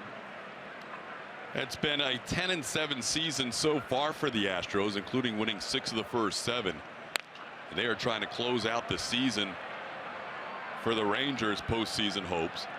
And there was an article when we first arrived here in the Dallas Morning News, and basically saying not only are the Astros good this year, but the Rangers are going to have big issues with this team for the next 5 years. Yeah, big time. This is a team that is incredibly talented and incredibly strong in their young talent. Here's the ball towards Rua. Mendez covers for out number 2 on the plate. Correa goes to third. I mean, Correa, he just turned 23. And club control is a word we hear quite often. Guys are going to be under club control and arbitration for quite a while too for the Houston Astros, so they're going to be sticking around. When you've got Correa at short and Altuve at second, before you add anybody else to the conversation, you are so far ahead of anybody else's middle infield for production. Yeah, it's ridiculous. You've got 2 potential MVP candidates playing up the middle of your infield. Shortstop, second base. We talked about that until Correa went on the DL with that thumb injury. We were having the conversation, is are they going to pull votes from each other? If you would have said you have to vote right now at the All-Star break, or even the day Correa got hurt, if you said you had to vote right now, I would have voted for Correa for the team MVP. Takes 2 of us. And here he is, because of his injury, not even in the conversation. But we could very easily see a 23 turning 24 in September MVP next year from that guy. It wouldn't shock anybody. He's going to finish strong and have a good postseason. But yeah, there's going to be a little bit of angst coming out into that 2018 season, because he understands how good he was going until he got hurt, and he wants to repeat that and get some hardware. Missed 42 games. The Astros struggled without him. The runs scored way down with Correa on the DL. And we were talking about how this team doesn't have any 100 RBI guys. That guy right there, Carlos Correa, would have been the first 100 RBI guy this season for the Astros if he would have stayed healthy. Yeah, the Astros are going to put up numbers that have never been seen before without a 100 RBI player on their roster. Carlos Correa is hitting in risk situations 32% of the time on the season. Nobody's hit with runners in scoring position more in the last 2 seasons than Carlos Correa. That is a good supporting cast. Correa in the lineup, not counting tonight. The Astros scoring almost 5.8 runs a game. Without him in the lineup, 4.7 runs per game. That's a pretty drastic difference. How about 5 RBIs in the loss? Only 5 all year. A, it speaks to how few times the team's lost with him in the lineup. But B, it's just a remarkable number that he has that few RBIs when the team loses and so many in team victories. Correa with 3 hits tonight, 2 doubles, 3 runs batted in. An offensive explosion in back-to-back nights. The Astros winning 11-2 last night and winning 11-1 tonight. We're only in the 5th inning. Arwin batting right-handed again. Into right center field, in between Chu and Gomez. It's Chu, the right fielder, who drifts over and makes the play for the final out of the inning. 9 batters bat in the inning. Big inning for the Astros. Cannonball into the upper tank. 16th home run got things going for the Astros in the 5th.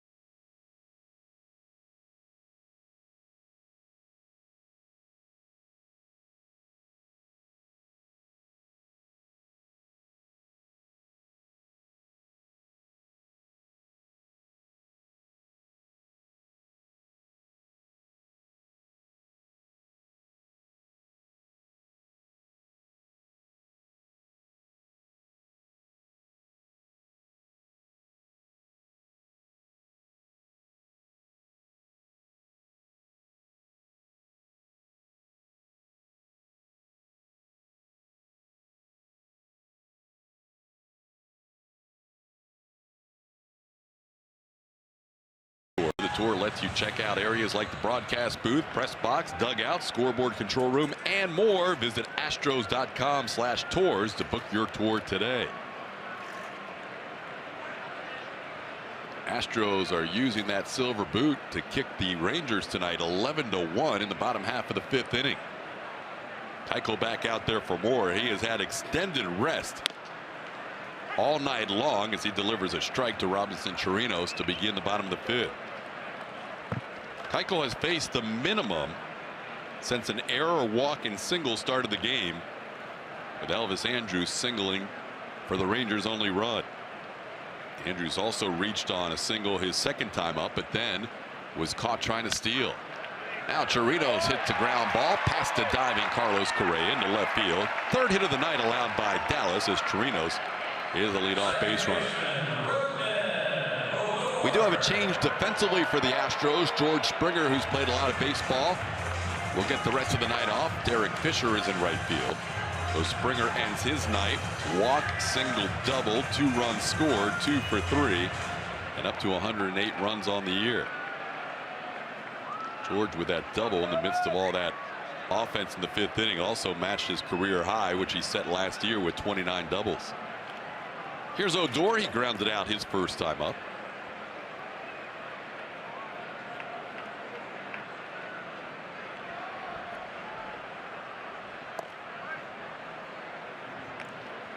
If the scores hold, Astros up 10, Red Sox batting in the 9th inning down 9-4. If the scores hold, the Astros will have wrapped up at least a 1 or a 2 seed in the postseason in the American League. What that means is you can go in and lock in your plans for the postseason. That means the Astros will host Thursday night and Friday night at Minute Maid Park. Off day on Saturday. Again, we don't know start time, so I should say Thursday and Friday, Minute Maid Park. Off day Saturday, Sunday, and if necessary Monday against the AL East winner, and then back at Minute Maid Park on Wednesday if a Game 5 is deemed necessary. More importantly, we get a flight home with the team. Yeah, it was the possibility that the Astros, if things really went awry on this road trip, would have to play in Boston to wrap up the regular season, then begin the postseason. But that is about to be solidified as a Astros home game, barring something unforeseen happening, either with a big comeback for the Red Sox or the Rangers tonight. Odor with a 2-2 count.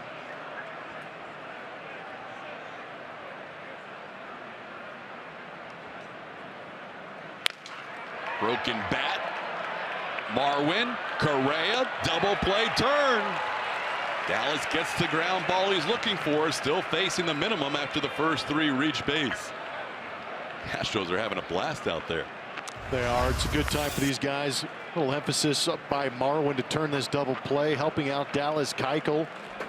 How about the cannon? Just a hand cannon from Carlos Correa coming across.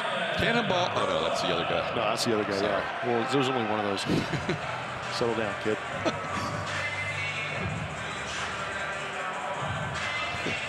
Here's Ryan Rua.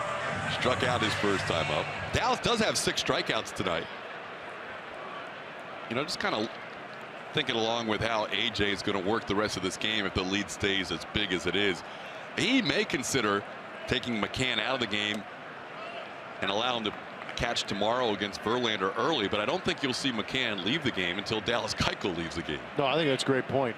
Makes perfect sense. Like you said, they're going to start rotating guys out of here, trying to keep them fresh down the stretch, turn it into a spring training game like they did yesterday with this big lead. But I would imagine that if there's any opportunity that McCann might be able to come out of this game and catch tomorrow, it would be when Dallas Keuchel leaves this game.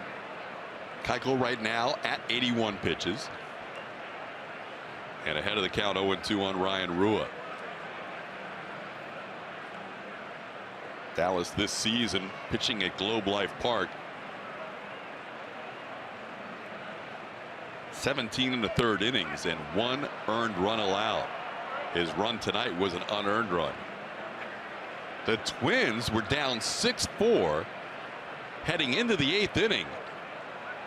But they have scored 3 on the Indians and lead it 7-6. Wait a minute. Hold everything. Astros still with a shot at the #1 overall seed in the American League. Dallas Keuchel strikes out Rua. The news keeps getting better tonight. Keuchel threw 5 with an 11-1 lead.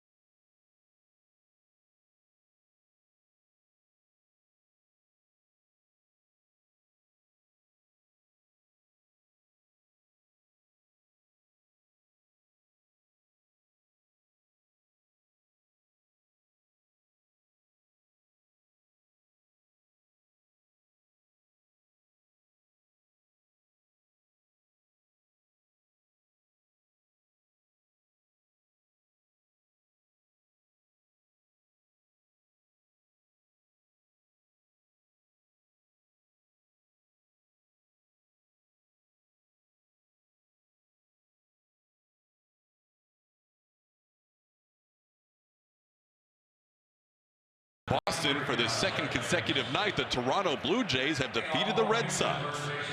Jay Happ, Teoscar Hernandez, ex-Astros, doing work for the Toronto Blue Jays, and there it is, bottom left.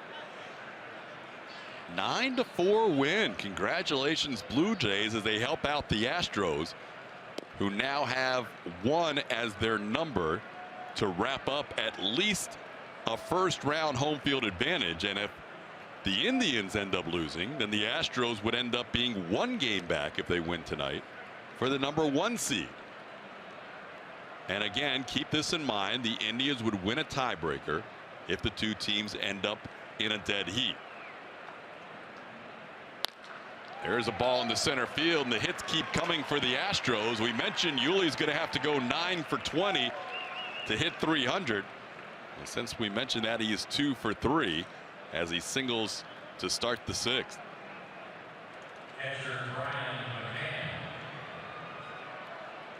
Ryan McCann will get another AB after hitting a 2-run home run into the second deck here at Globe Life Park his last time up.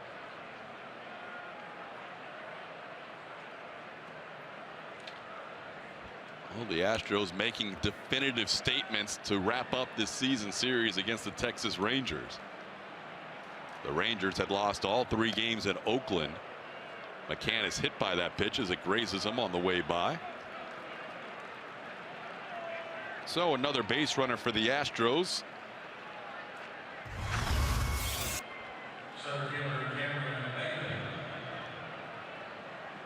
Just got a piece of the jersey. How come the trainers don't go out and check on him? No respect. Seriously, starting catcher, not going to go check on him after getting drilled by that pitch. Here's Cam Maven.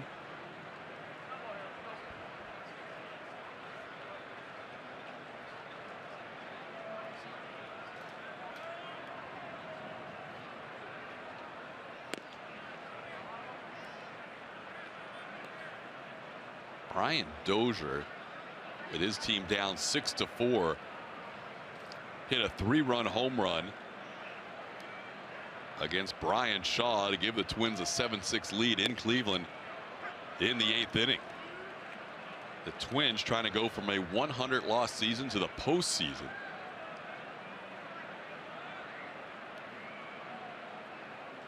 And they are right on the edge of wrapping things up. Their elimination number, their magic number starting tonight was 2 between themselves and the Angels. They can eliminate every other team with a win other than the Angels, who are winning tonight in Chicago 9-2.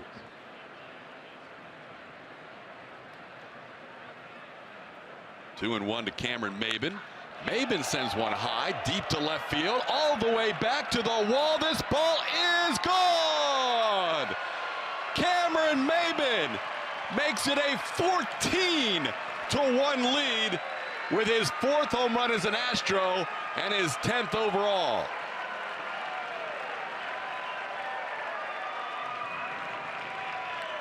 You want me to sing the song again?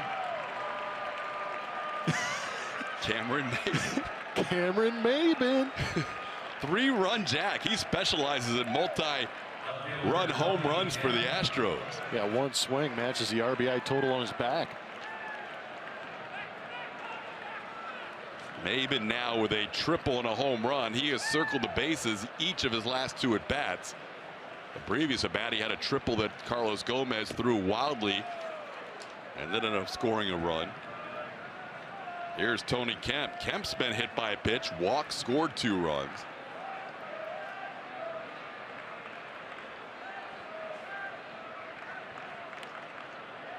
Inside again, and it's 2-0.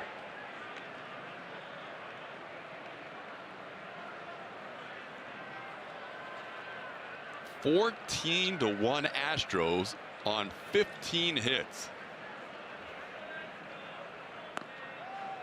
Mendez struggling with the zone after allowing a single, a hit batsman, and a home run.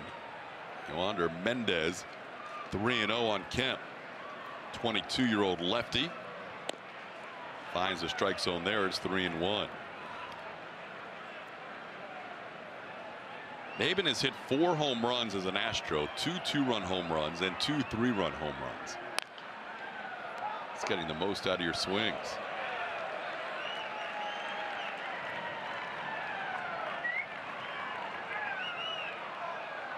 Maybin now has 8 hits with Houston, and in those 8 hits he's driven in 13 runs. That's some pretty good production. Tony Kemp with a single in the center. He's been on base 3 straight times. Good to see Tony contribute to this offense. Back to Maybin's home run. Hanging fastball up out of the plate, barreled up by the lanky right-handed hitter. Already has a triple in this ball game. Adds the home run to it. Total bases going up. That was only 100.5 miles an hour off the bat. Lofty launch angle at 37 degrees. Estimated 374. Of his 8 hits, 4 home runs as an Astro. I'll take it. That's why he's able to have 13 runs batted in on 8 hits with this team. Here's Derek Fisher. Fisher getting his first at bat, taking over for George Springer. Mendez misses inside for a ball. A.J. Griffin came out of the bullpen in the 5th inning, and the first 5 batters reached, starting with Yuli Gurriel. Yoander Mendez came out of the bullpen to start the 6th, and the first 4 have reached, starting with Yuli Gurriel. That bottom half of your scorebook is looking pretty blue. It is. It's getting a little bottom heavy.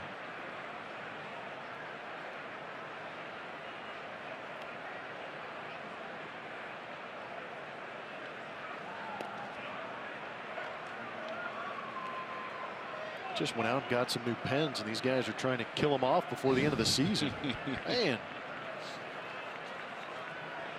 Astros with the 14 runs tonight are up to 862 runs scored on the season. Tale of 2 pages. A little different look on your scorebook from one to the next.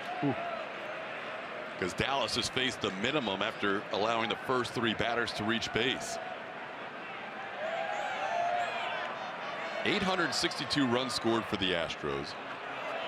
They are 3 away from tying and 4 away from setting the all-time Major League Baseball record for most runs scored by a team without a 100 RBI hitter. And they may end up not having a 90 RBI guy, although Marwin may change that. Strikeout of Derek Fisher, and that is the first out of the inning. League leaders presented by Houston Methodist. Home run total moving up the charts tonight for the Astros. Good race. Great race. Great number. Along with the slugging numbers the Astros are putting out, they're not striking out very much. 4 teams within 1 home run of each other. And Alex Bregman adds to the hit total with a base hit in the left field. Bregman with his 3rd hit of the night. And on a night when the likely MVP gets the night off, the Astros continue to pick up base hits. Keep swinging. That's a lot of home runs between 4 teams duking it out to see who's going to be the home run champ this season.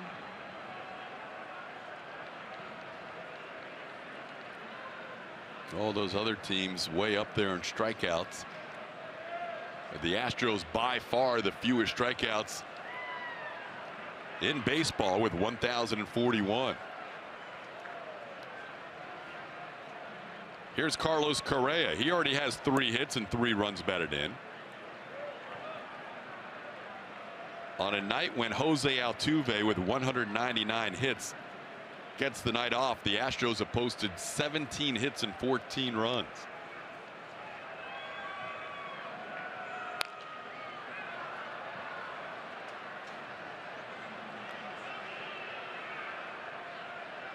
Now the Rangers were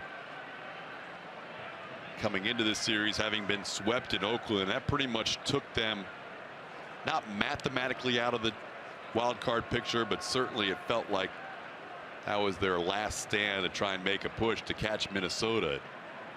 The Astros have come in and nailed things down against this Texas team. 11-2 last night, 14-1 tonight. They have outscored the Rangers 25-3 in this series. We head to the 9th in Cleveland. Twins holding on to that 7-6 lead. Correa with a 2-2 count.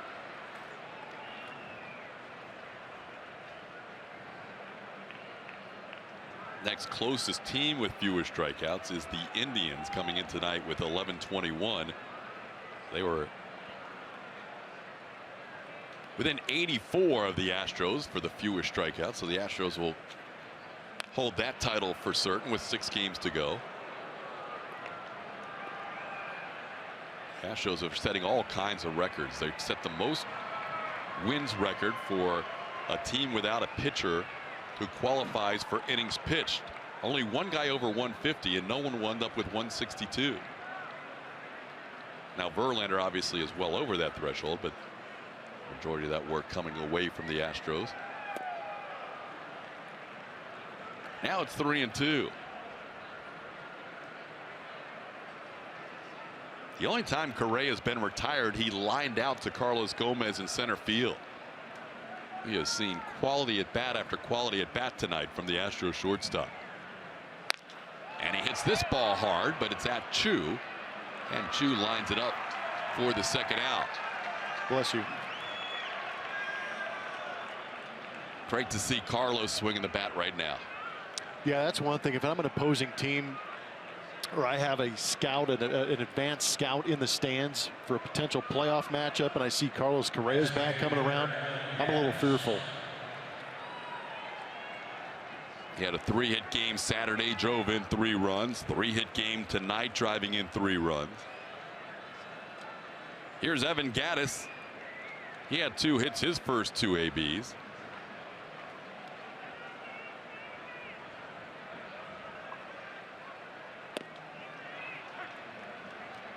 Everybody in the starting lineup with at least 1 hit.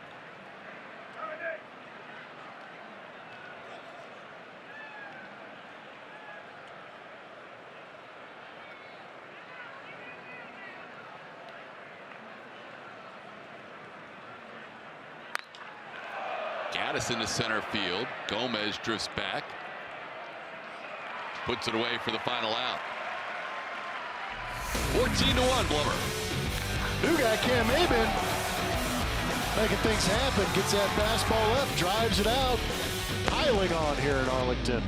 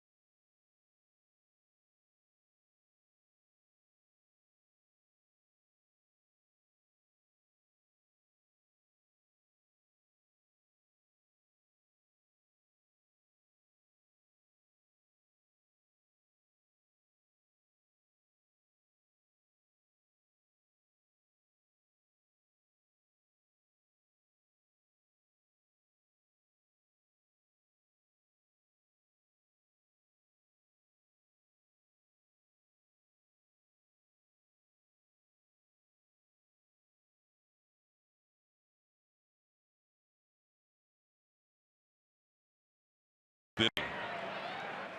Brad Peacock has been the beneficiary of most of the offensive big numbers this year for the Astros. Keuchel never has received 14 runs of support this year. His highest run total behind him was a 12-2 victory against the Marlins in Miami. As he faces the lineup for the third time, Delano DeShields to straightaway center field. Maben all the way back in front of the wall. He crashes against the wall. And Delano DeShields may circle the bases. He will. It's a 14-2 game as Maben went crashing into the wall hard. And DeShields with an inside the park home run.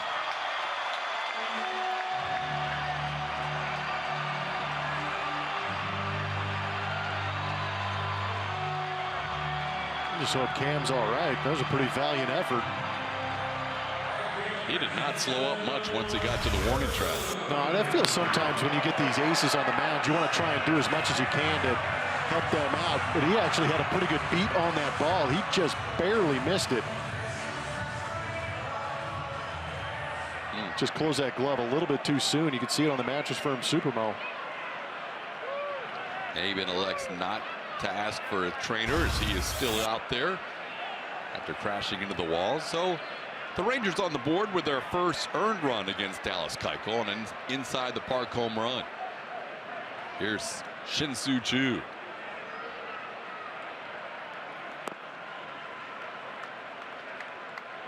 Dallas misses for ball one. It's 1-0. Choo is walked and grounded out. Breaking ball, it's 1-1.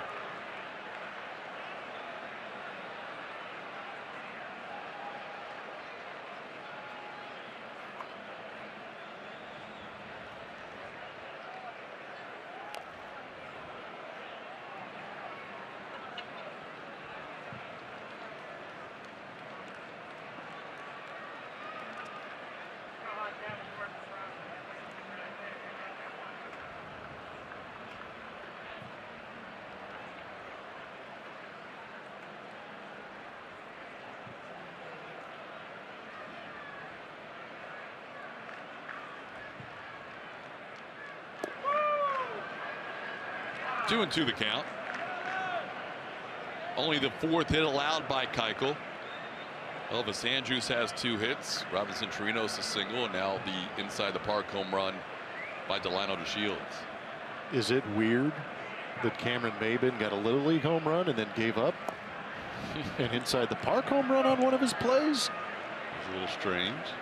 Bizarro. Dallas has had more time waiting between innings in this start than probably any other start of the season. 3-2 now on Choo as he throws his 90th pitch of the game, and Choo against the shift with a ground ball base hit to left. So back-to-back hits for the Rangers for the first time tonight. The most popular way to follow the Astros postseason push is MLB.com at bat. The #1 app for live baseball. Enjoy game day, video highlights, StatCast, news, and more. Download MLB.com at bat today.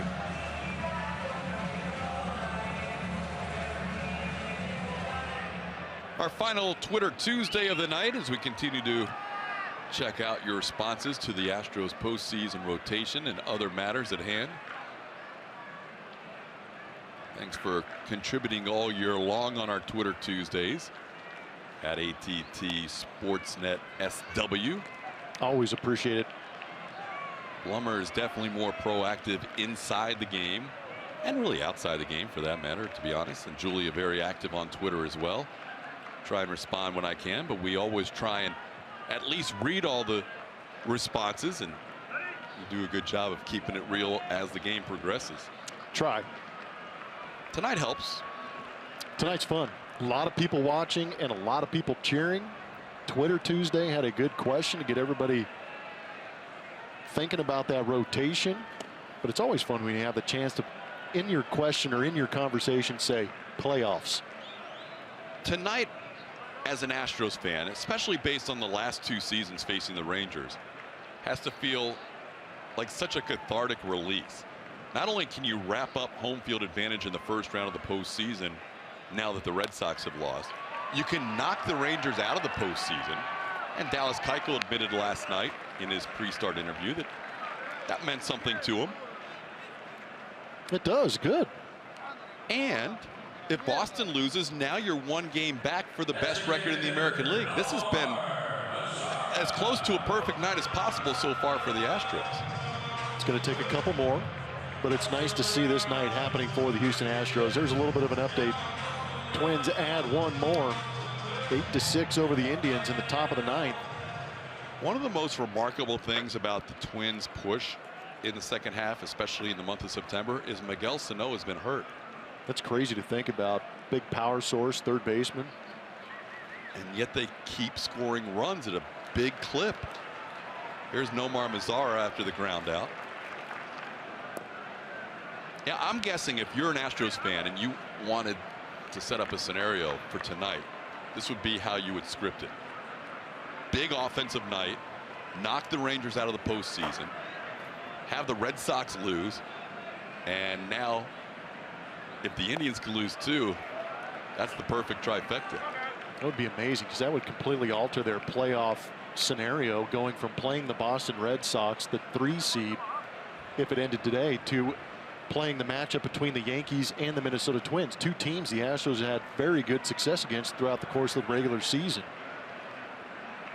And you'd have home field advantage through the through the playoffs. Marwin knocks it down nicely, gets up and throws out at first base. Mazara. Marwin Gonzalez, a spectacular play defensively behind Dallas Keuchel for out number 2. Well, and that was the rarely seen feet first slide by Mazara into first. Bidding for a base hit. Marwin has other ideas, continuing to play even though the football score is on the scoreboard, and Mazara going feet first into the play at first base.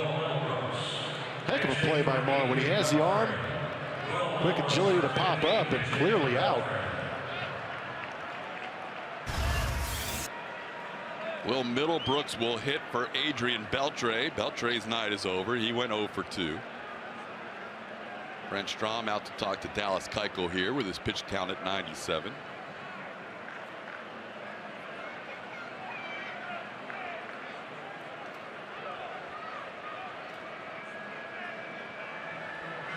I think he went out there and told him what the post-game spread is. I was wondering what the meeting could have been about. No, you could see it in your eyes.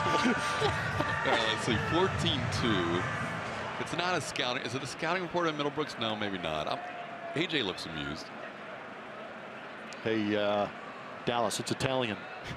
Then ran off the field. Oh, goodness. Middlebrooks swings and misses.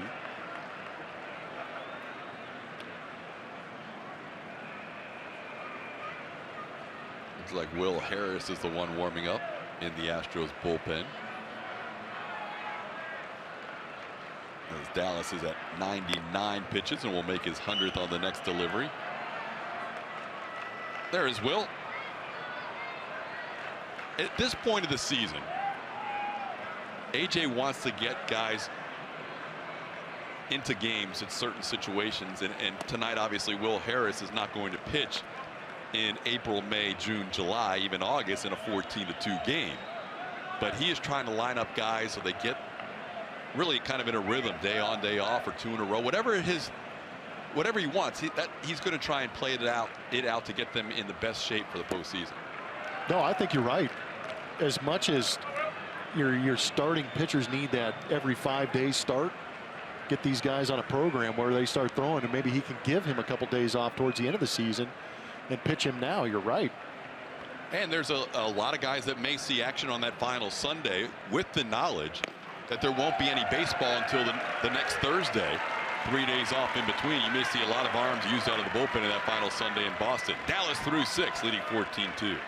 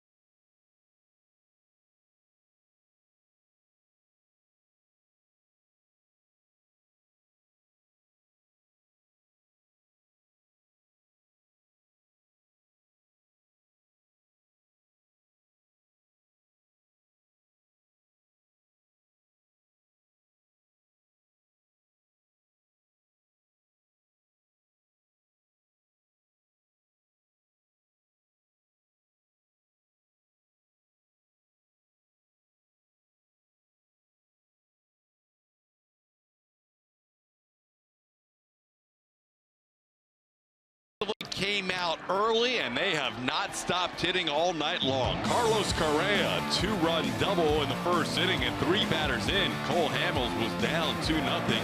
Marwin Gonzalez made it 3-0 with an RBI to right. That was 8 hits in his last 10 at-bats. Then in the 5th inning, Blummer, the Astros tied a team record with 5 extra base hits.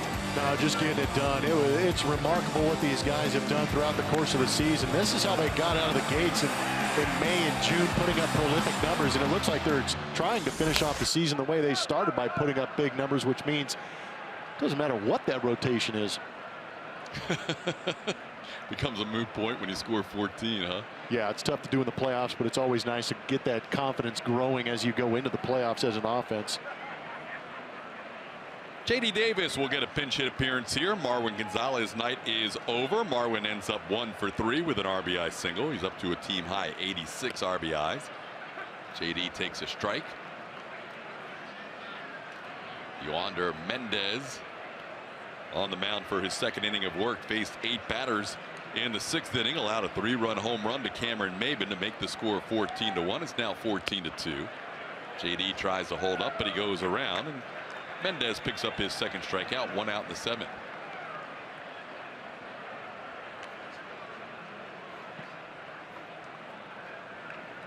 Indians are batting in the bottom half of the 9th inning, down 8-6 to the Twins.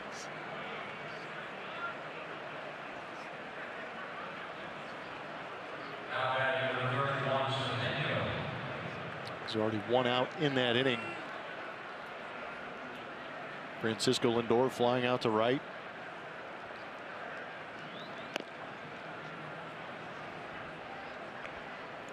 Pinch hit appearance. Juan Centeno will hit for Yuli Gurriel. We mentioned we thought Brian McCann would leave the game when Dallas Keuchel leaves the game. I think Keuchel's night is over, so may see Centeno stay in the game. Where are you going? I was looking down, and next thing I knew, there was a foul ball coming at us. By the way, people on Twitter didn't think I heard you say "bless you" when I said "choose name." I'm with you. So I guess the smiles don't necessarily translate on TV. Yeah, we need isolated cameras on us to see if we get the banter. You know what, Blummer? One of the interesting decisions is going to be Centeno versus Stassi. AJ Hinch talked about it before the game. It is like it's a dead heat, basically. You got one lefty hitter, one righty hitter. Both guys are very solid defensively.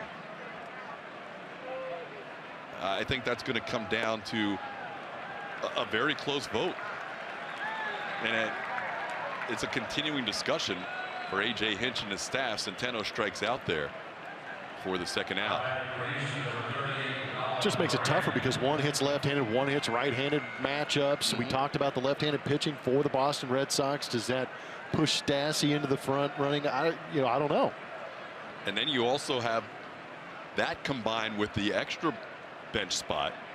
2 of the 3 spots, with Colin Moran getting some playing time. He gets a pinch hit here. We saw him get some playing time last night. Moran pinch hitting for Brian McCann, who ends the night with 3 runs batted in, including a 2-run home run. Yuli ended the night with 2 hits and 2 runs scored, as he was pinch hit for.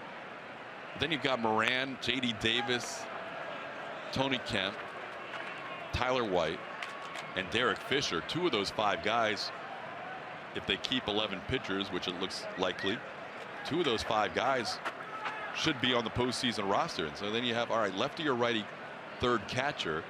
And does that mean if a lefty is kept as a 3rd catcher, one of those lefties gets left off the roster? A lot of different permutations for AJ Hinch and his staff to consider. But good to see Moran getting a couple of ABs here in his final week of the season after the scary injury back in Baltimore. 14-2, 7th inning stretch.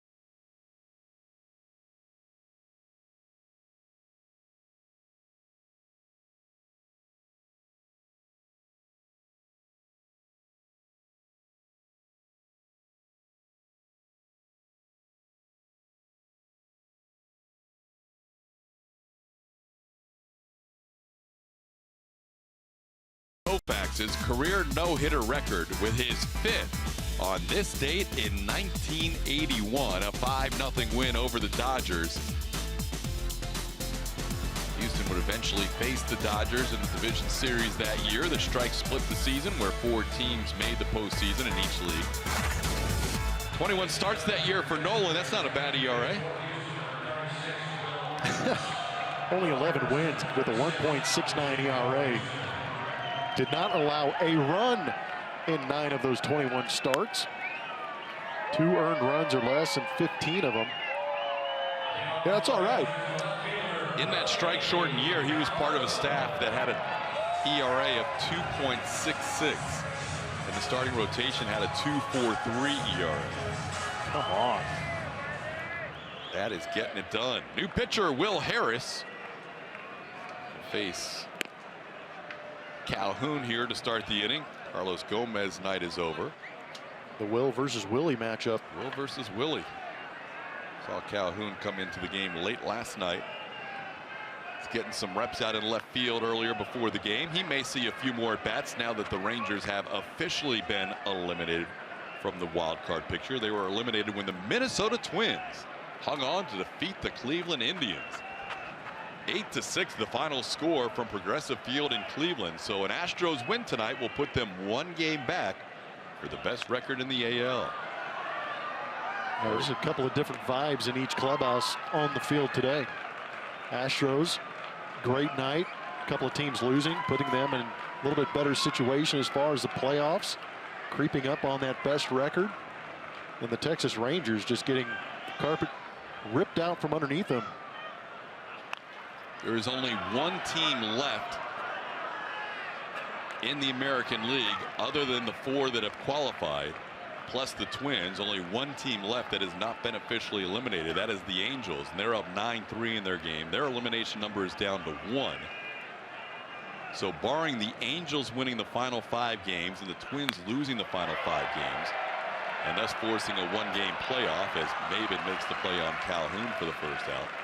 Barring that scenario, we will have our 5-team set. More than likely it'll be Minnesota at the New York Yankees in the wild card game, although the Yankees could move within 3 games of the Red Sox, as the Yankees actually they did move within 3 games of the Red Sox as the Yankees won and the Red Sox lost. So that division is still to be settled, and the Astros don't mind the Red Sox having to play for something over the weekend.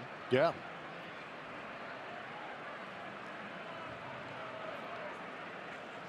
Twins have won 5 in a row, and they are just putting the hammer down, trying to wrap up that wild card spot. As A.J. Jimenez will bat. Saw him bat last night.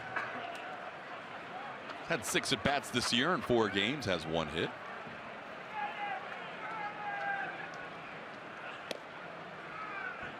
Harris delivers a strike, 0-2. Something a little bit different with Will Harris. Normally we see him throw out of that set position, but he's doing a little bit of a step back, almost a shortened windup with nobody on base.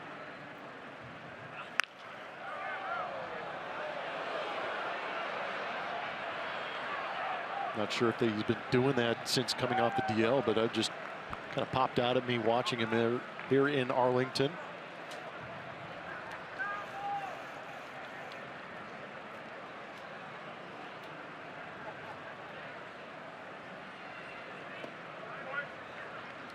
Jimenez holds up. It's 1-2. Well, the Astros schedule, you know, tomorrow's a day game, wrapping up this Lone Star Series presented by the Texas Lottery. The Astros will be up 11-7 with a win tonight. It'll be Justin Verlander against Nick Martinez. We're on the air at 12:30 for a 105 first pitch. And then the Astros have 4 at Fenway Park against the Red Sox beginning on Thursday. The Indians still have 2 more against the Twins. Again, the Twins still have to win 1 more to wrap up the wild card. So they play the Twins 2 more games, and then they are home against the White Sox the final 3 games of the season. The Astros would still have to pick up not only the game they're down against the Indians, but finish ahead of Cleveland to be the #1 seed based on losing the season series to the Tribe. Here's Phil Gosselin getting an AB.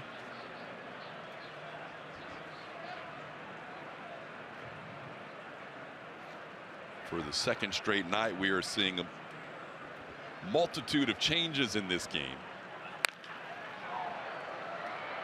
You know, tomorrow's Justin Verlander, and you may not see the A lineup for the Rangers since they've been eliminated. But I think you will see the A lineup for the Astros just because it is Verlander, and the way he's been pitching, you want your best guys out there like Dallas Keuchel tonight. Especially the way things have unfolded this evening. Yeah, now you're one game back. Means something. It's always meant something, but now it's really driving the point home for the opportunity. Day game on Wednesday. It's kind of nice. Day game Wednesday, day game Saturday, day game Sunday. Saturday is the lone game you will not see on AT&T Sportsnet. The rest we'll have for you. That's right. And then that other game that was on the schedule, now we know is going to be a home game. Yes. 1 week from Thursday, 9 days from today. The West was clinched 9 days ago, and now 9 days forward, it'll be the ALDS Game 1 from Minute Maid Park. Will it be against the Red Sox? Will it be against the Yankees? Will it be against the Twins? We will find out in the next few days.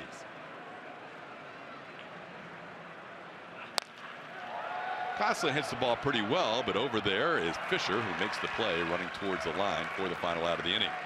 So we head to the 8th in a 14-2 game.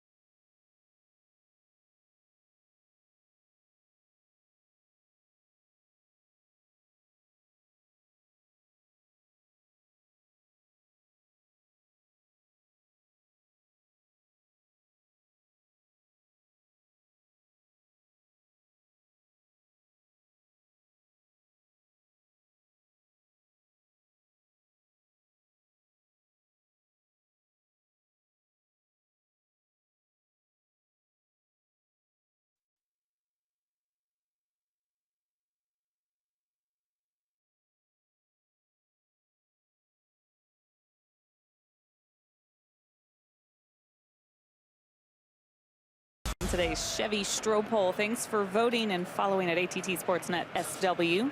How would you choose your #1 starter in the playoffs? Best matchup versus opponent gets 41% of the vote tonight. TK.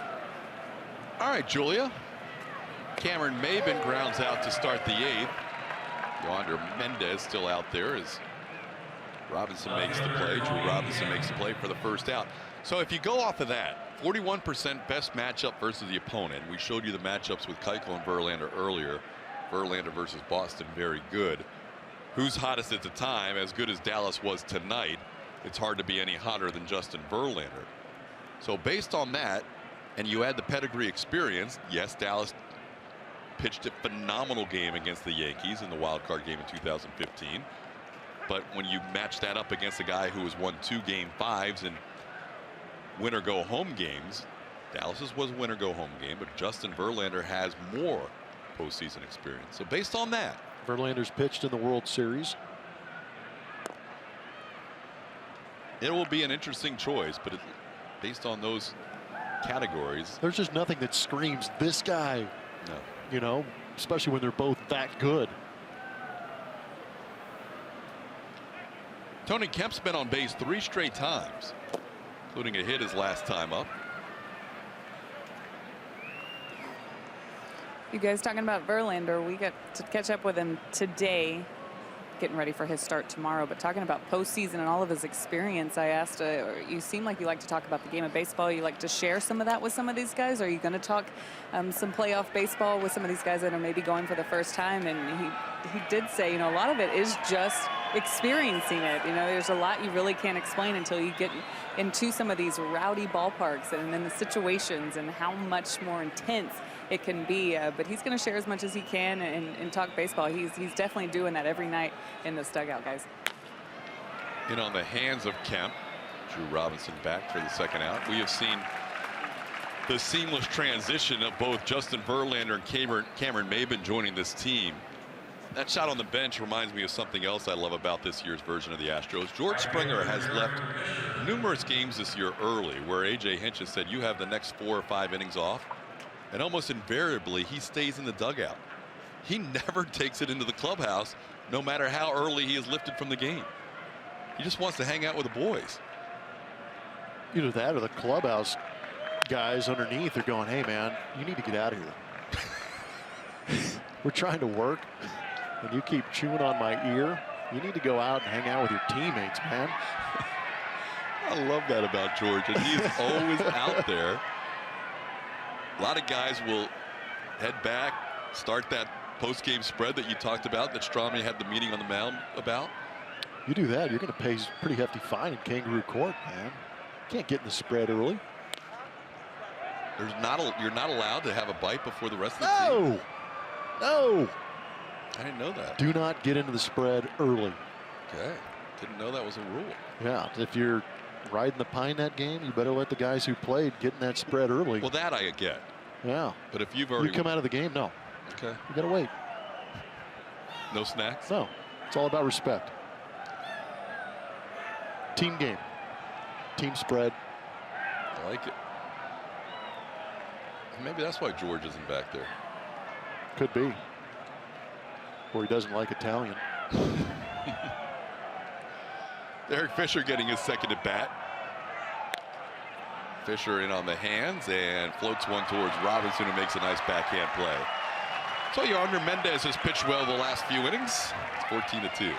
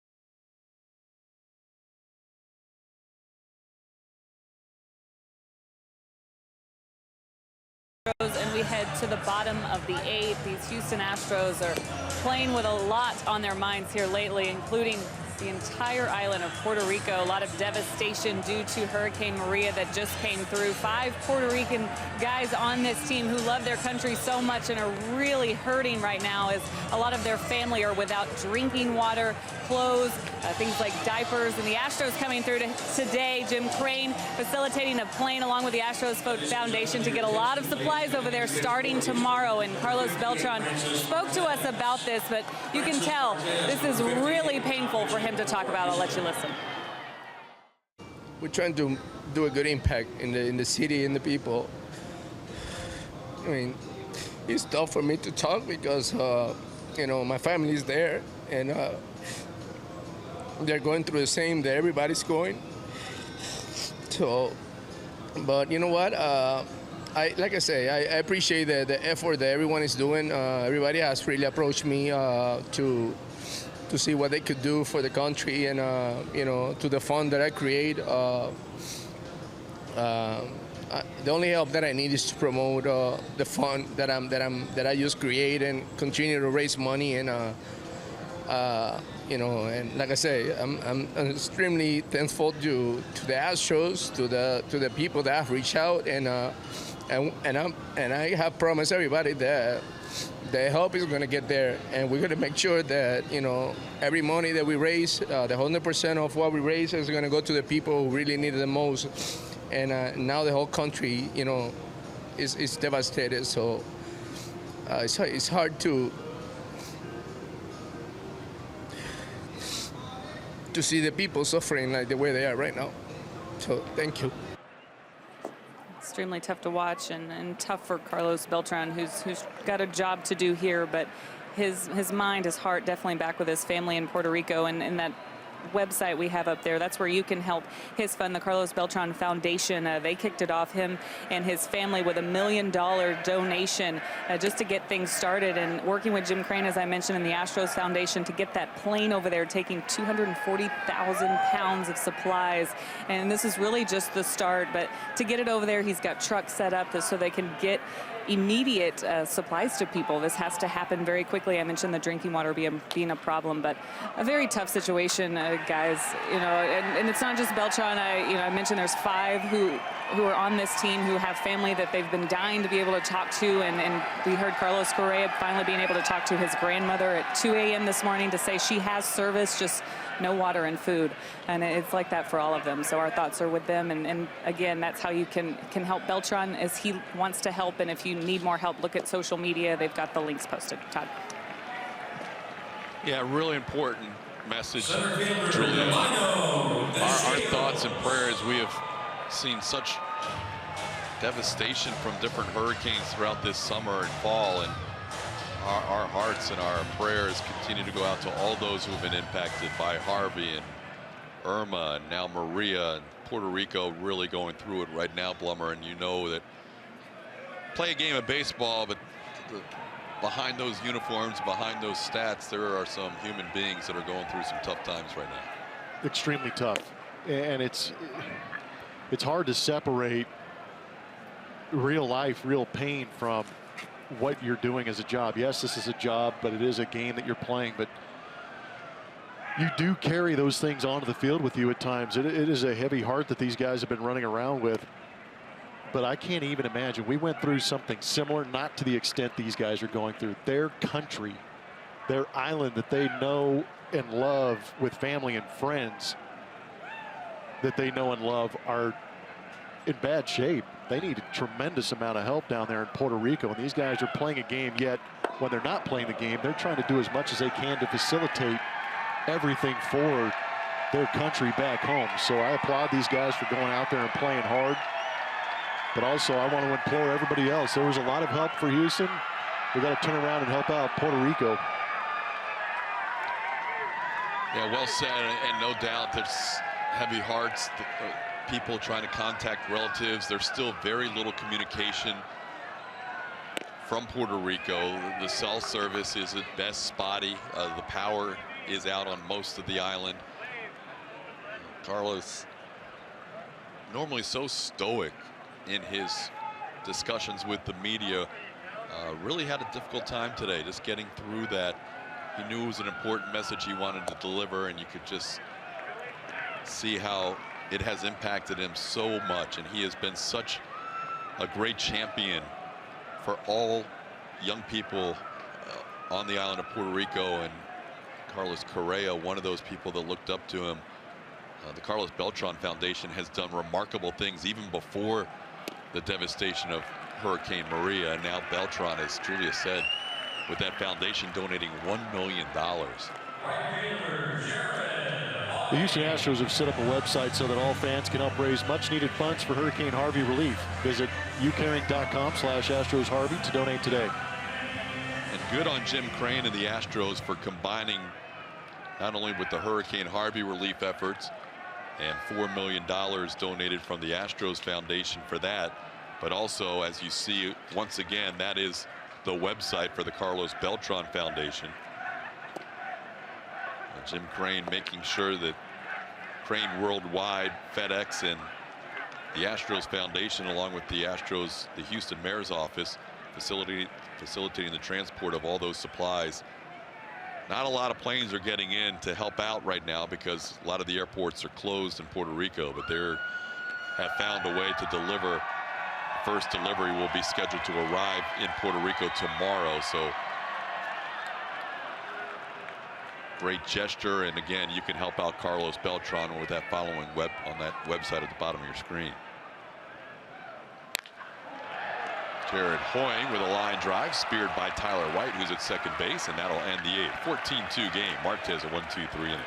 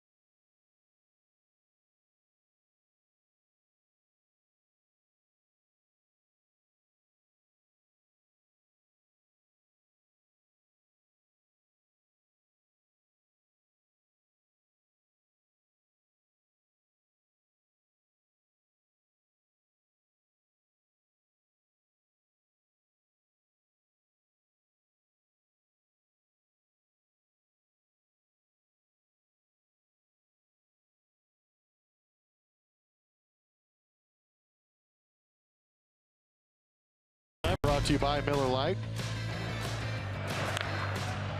Big home run off the bat of Cameron Maybin, but it didn't go over the fence. He was hustling hard, and then the airmail job by Carlos Gomez, allowing Cameron Maybin to come around. Little league bomb for your Miller Lite moment. And he would hit one out of the park his next AB. A little more legit. 4 home runs as an Astro, 2 two-run home runs, 2 three-run home runs, and Maybin made it 14-1. It's now a 14-2 game as Maybin with a big night in our Miller Lite moment tonight. 9th inning baseball. New arm for the Rangers out of the bullpen is the right-hander Ricky Rodriguez. He will face Alex Bregman, who has a 3-hit night going. Bregman has driven in a couple of runs. He's 3 for 4 with a sac fly. Alex fouls one away. Bregman, one of the few starters still in the game. Bregman's in there. Evan Gaddis still the DH, but his turn hasn't come around. He's due up 3rd. And Cameron Maybin and Tony Kemp still in there, the guys who started the game. 14 runs on 17 Houston Astros hits. Rodriguez throws that fastball around 95, 96. He'll throw a lot of fastballs. Also a slider and a curve. There's a fastball in on the hands of Alex. And it's 1-2. Alex staying into play all 9 tonight. Marwin Gonzalez was the lone infielder to play all 9 last night.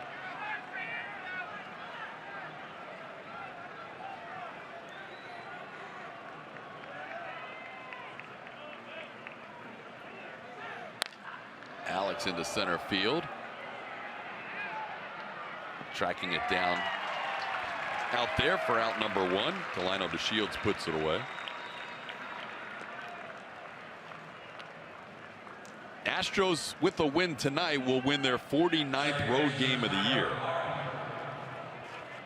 That will match the franchise record set in 2001 when the 0-1 Astros went 49-32. This year's team will have 5 more opportunities to win 50 or more games for the first time in franchise history on the road. Take that. And with a win tonight, there will just be one Astros team, the '98 version, that had more wins than this year's squad. They will tie the 1999 team with their 97th win as Tyler White fouls one away.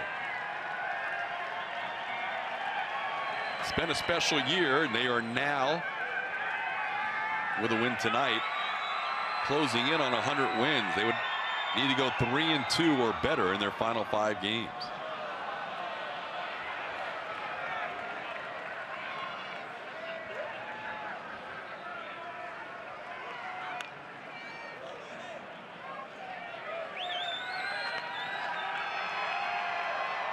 White getting his first at bat as Ramin Gudwan will pitch the bottom half of the 9th for the Astros. A nearly perfect night for your Houston Astros. A big win in Texas, up 14-2. A night where the Red Sox lost to wrap up first round being played at Minute Maid Park. First round home field advantage. Indians lost, meaning the Astros with a win will be 1 game back for the best record. And the Rangers eliminated from the postseason all in one night.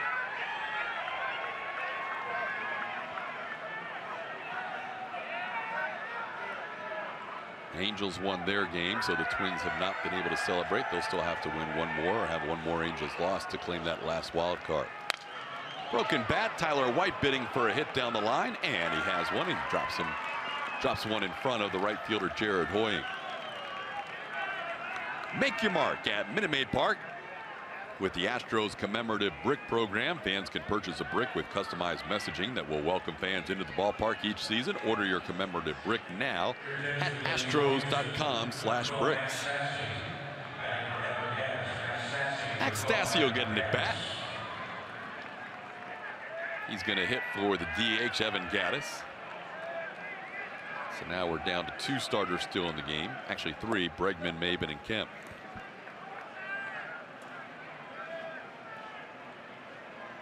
Gattis ended the night 2 for 5, including a double.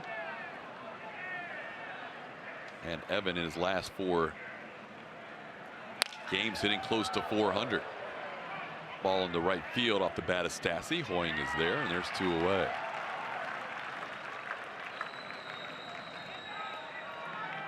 Tomorrow will be Justin Verlander's 5th start as an Astro. He'll be opposed by Nick Martinez. You may have noticed we have not had many shots of Justin Verlander tonight in the dugout. Oftentimes night game followed by the day game.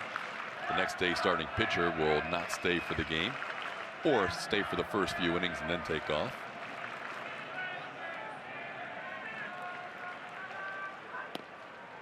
Called strike, 0-1. Or you just say whatever you want, Mr. Verlander. Can I get your luggage? Yes. Todd, you got these next 2 innings. I'm taking Justin back to the hotel. Whatever you need. Yeah, it's been fun to watch. Slow ground ball towards third, barehanded, and a nice play turned in for the final out of the inning. Well, Middlebrooks retires J.D. Davis to end the top of the 9th.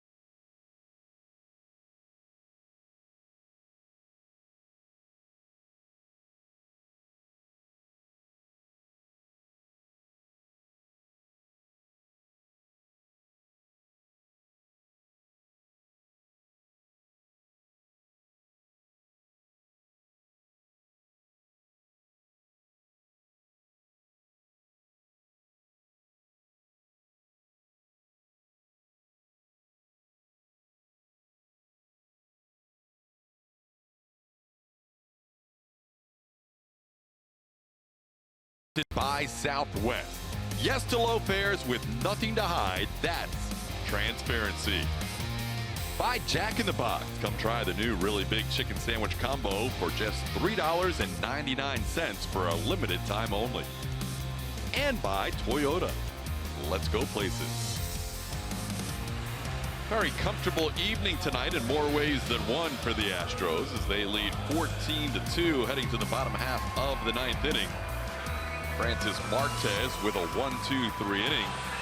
Only fitting, Blummer, on our final Twitter Tuesday that Frankie would pitch well. And now it's Ramin Gudwan's turn.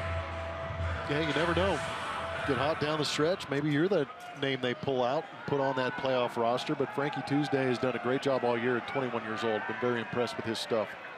Gudwan's a guy who's stuff-wise can be very impressive as well. The walks have been a big issue, and that ERA up because of that. But when he's in the zone like he is there on the first pitch, this is a tough AB as Drew Robinson leads off the bottom half of the ninth inning.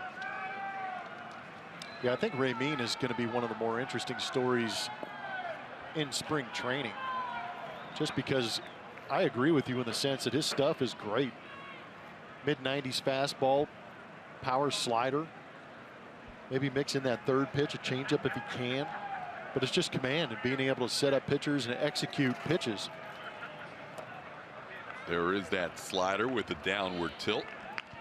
1-2. Well, with the win tonight, the Astros on Tuesday nights will improve to 17-8. So the only day of the week remaining is Friday that can have as good a record as Tuesday night. Last night you gave all the credit to Taco Tuesdays. Yeah. Fresno Grizzlies with the great promotion at the minor league level.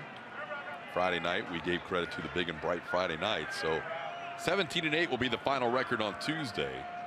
And with a win on Friday in Boston, the Astros will move to 17-8 on that day as Drew Robinson goes opposite field for a home run to left. Now makes it a true football score. It's 14-3. So we talked about as far as location for Ramin Gudwan, the stuff's good enough, but you can't just leave pitches out over the plate. Big league hitters take advantage of it.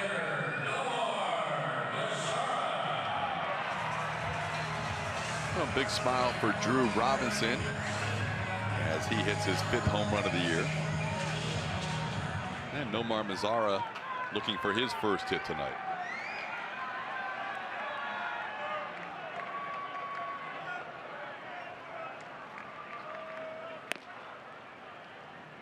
Fastball up.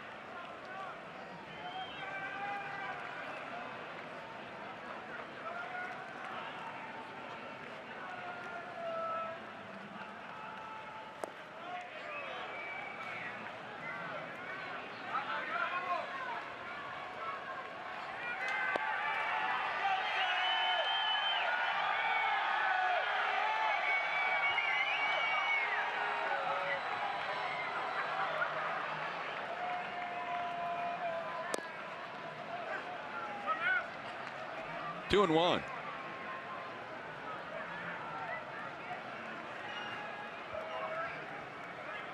Astros scoring the most runs of the season for Dallas Keuchel.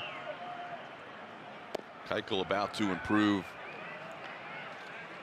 his mark here at Globe Life Park to 3-0 this season. And also win his 14th game of the year. Cole Hamels will lose for the first time as a member of the Rangers against the Astros. He was perfect 3-0, and the team was 5-0 with his 5 starts against the Astros in a Rangers uniform.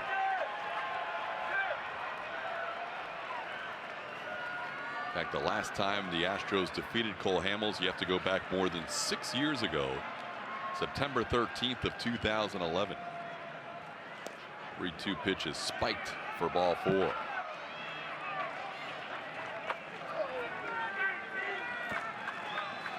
This week on a brand new Astros Bases Loaded, we celebrate the AL West Division Championship with interviews from the team and look ahead to the postseason. All that and more on Astros Bases Loaded only on AT&T Sportsnet. That was one of your best reads of the year. Very animated. I get the belt. You get the belt for that read? Yep. Yes. Hey, you influenced me, by the way. The Sox game is on point tonight. Well, first of all, crushed it. First of all, you are Mr. Sox game. I enjoy the Sox. Yeah, you have taken that to a whole new level. Thank you. I've appreciated the style so much. Base hit to left. Will Middlebrooks with a hit. Gudwan's allowed a home run, a walk, and a single.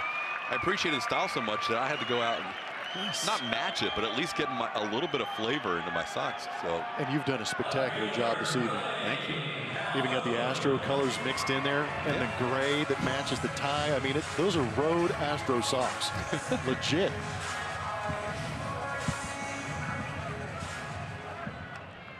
It's good stuff. Thanks, Plummer. Yeah, it's Rubbed off. a lot of fun. Tomorrow will be a flight to Boston. Hopefully in time to at least go out and see a little bit of downtown Boston. Always a good time with night games on Thursday and Friday and day game on Saturday. Fans singing happy birthday to the bench coach Steve Buechele as they are looking to entertain themselves in a 14-3 game. Guess if you're going to hang out this long and watch your team get punished, find some joy somewhere. Willie Calhoun bats last AB against Will Harris, now facing Raymond Gudwan. Count of 0-2.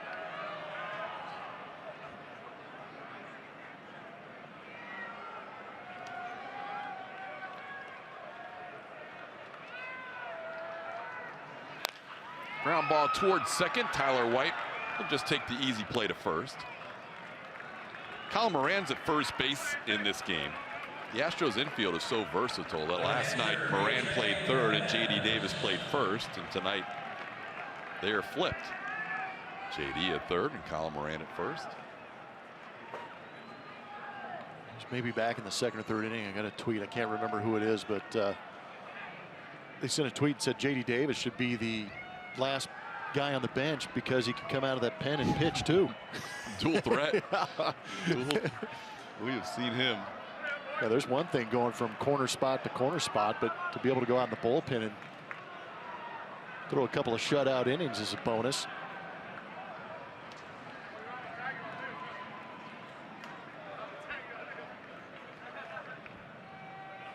A.J. Jimenez bats for the second time.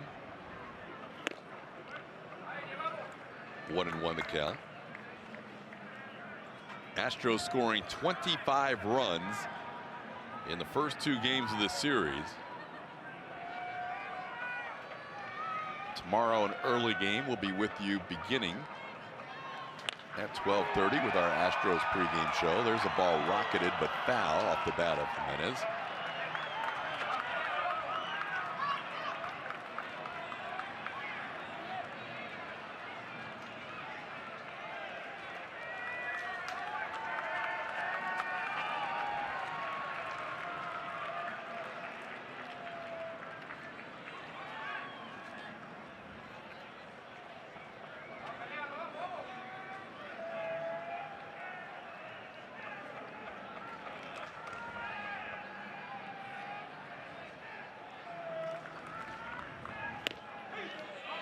Called strike. Jimenez, who just missed his first two major league RBIs with that line drive down the left field line, instead ends up being called out on a third strike, and now the Astros are 1 out away.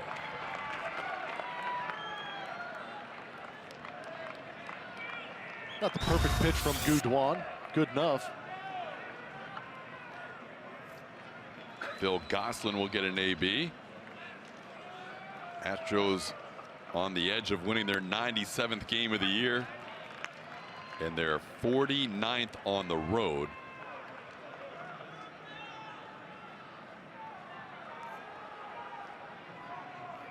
They will wrap up home field advantage in the first round of the postseason and also be one game behind the Indians for the overall #1 seed in the AL as Gudwan ahead 0-2.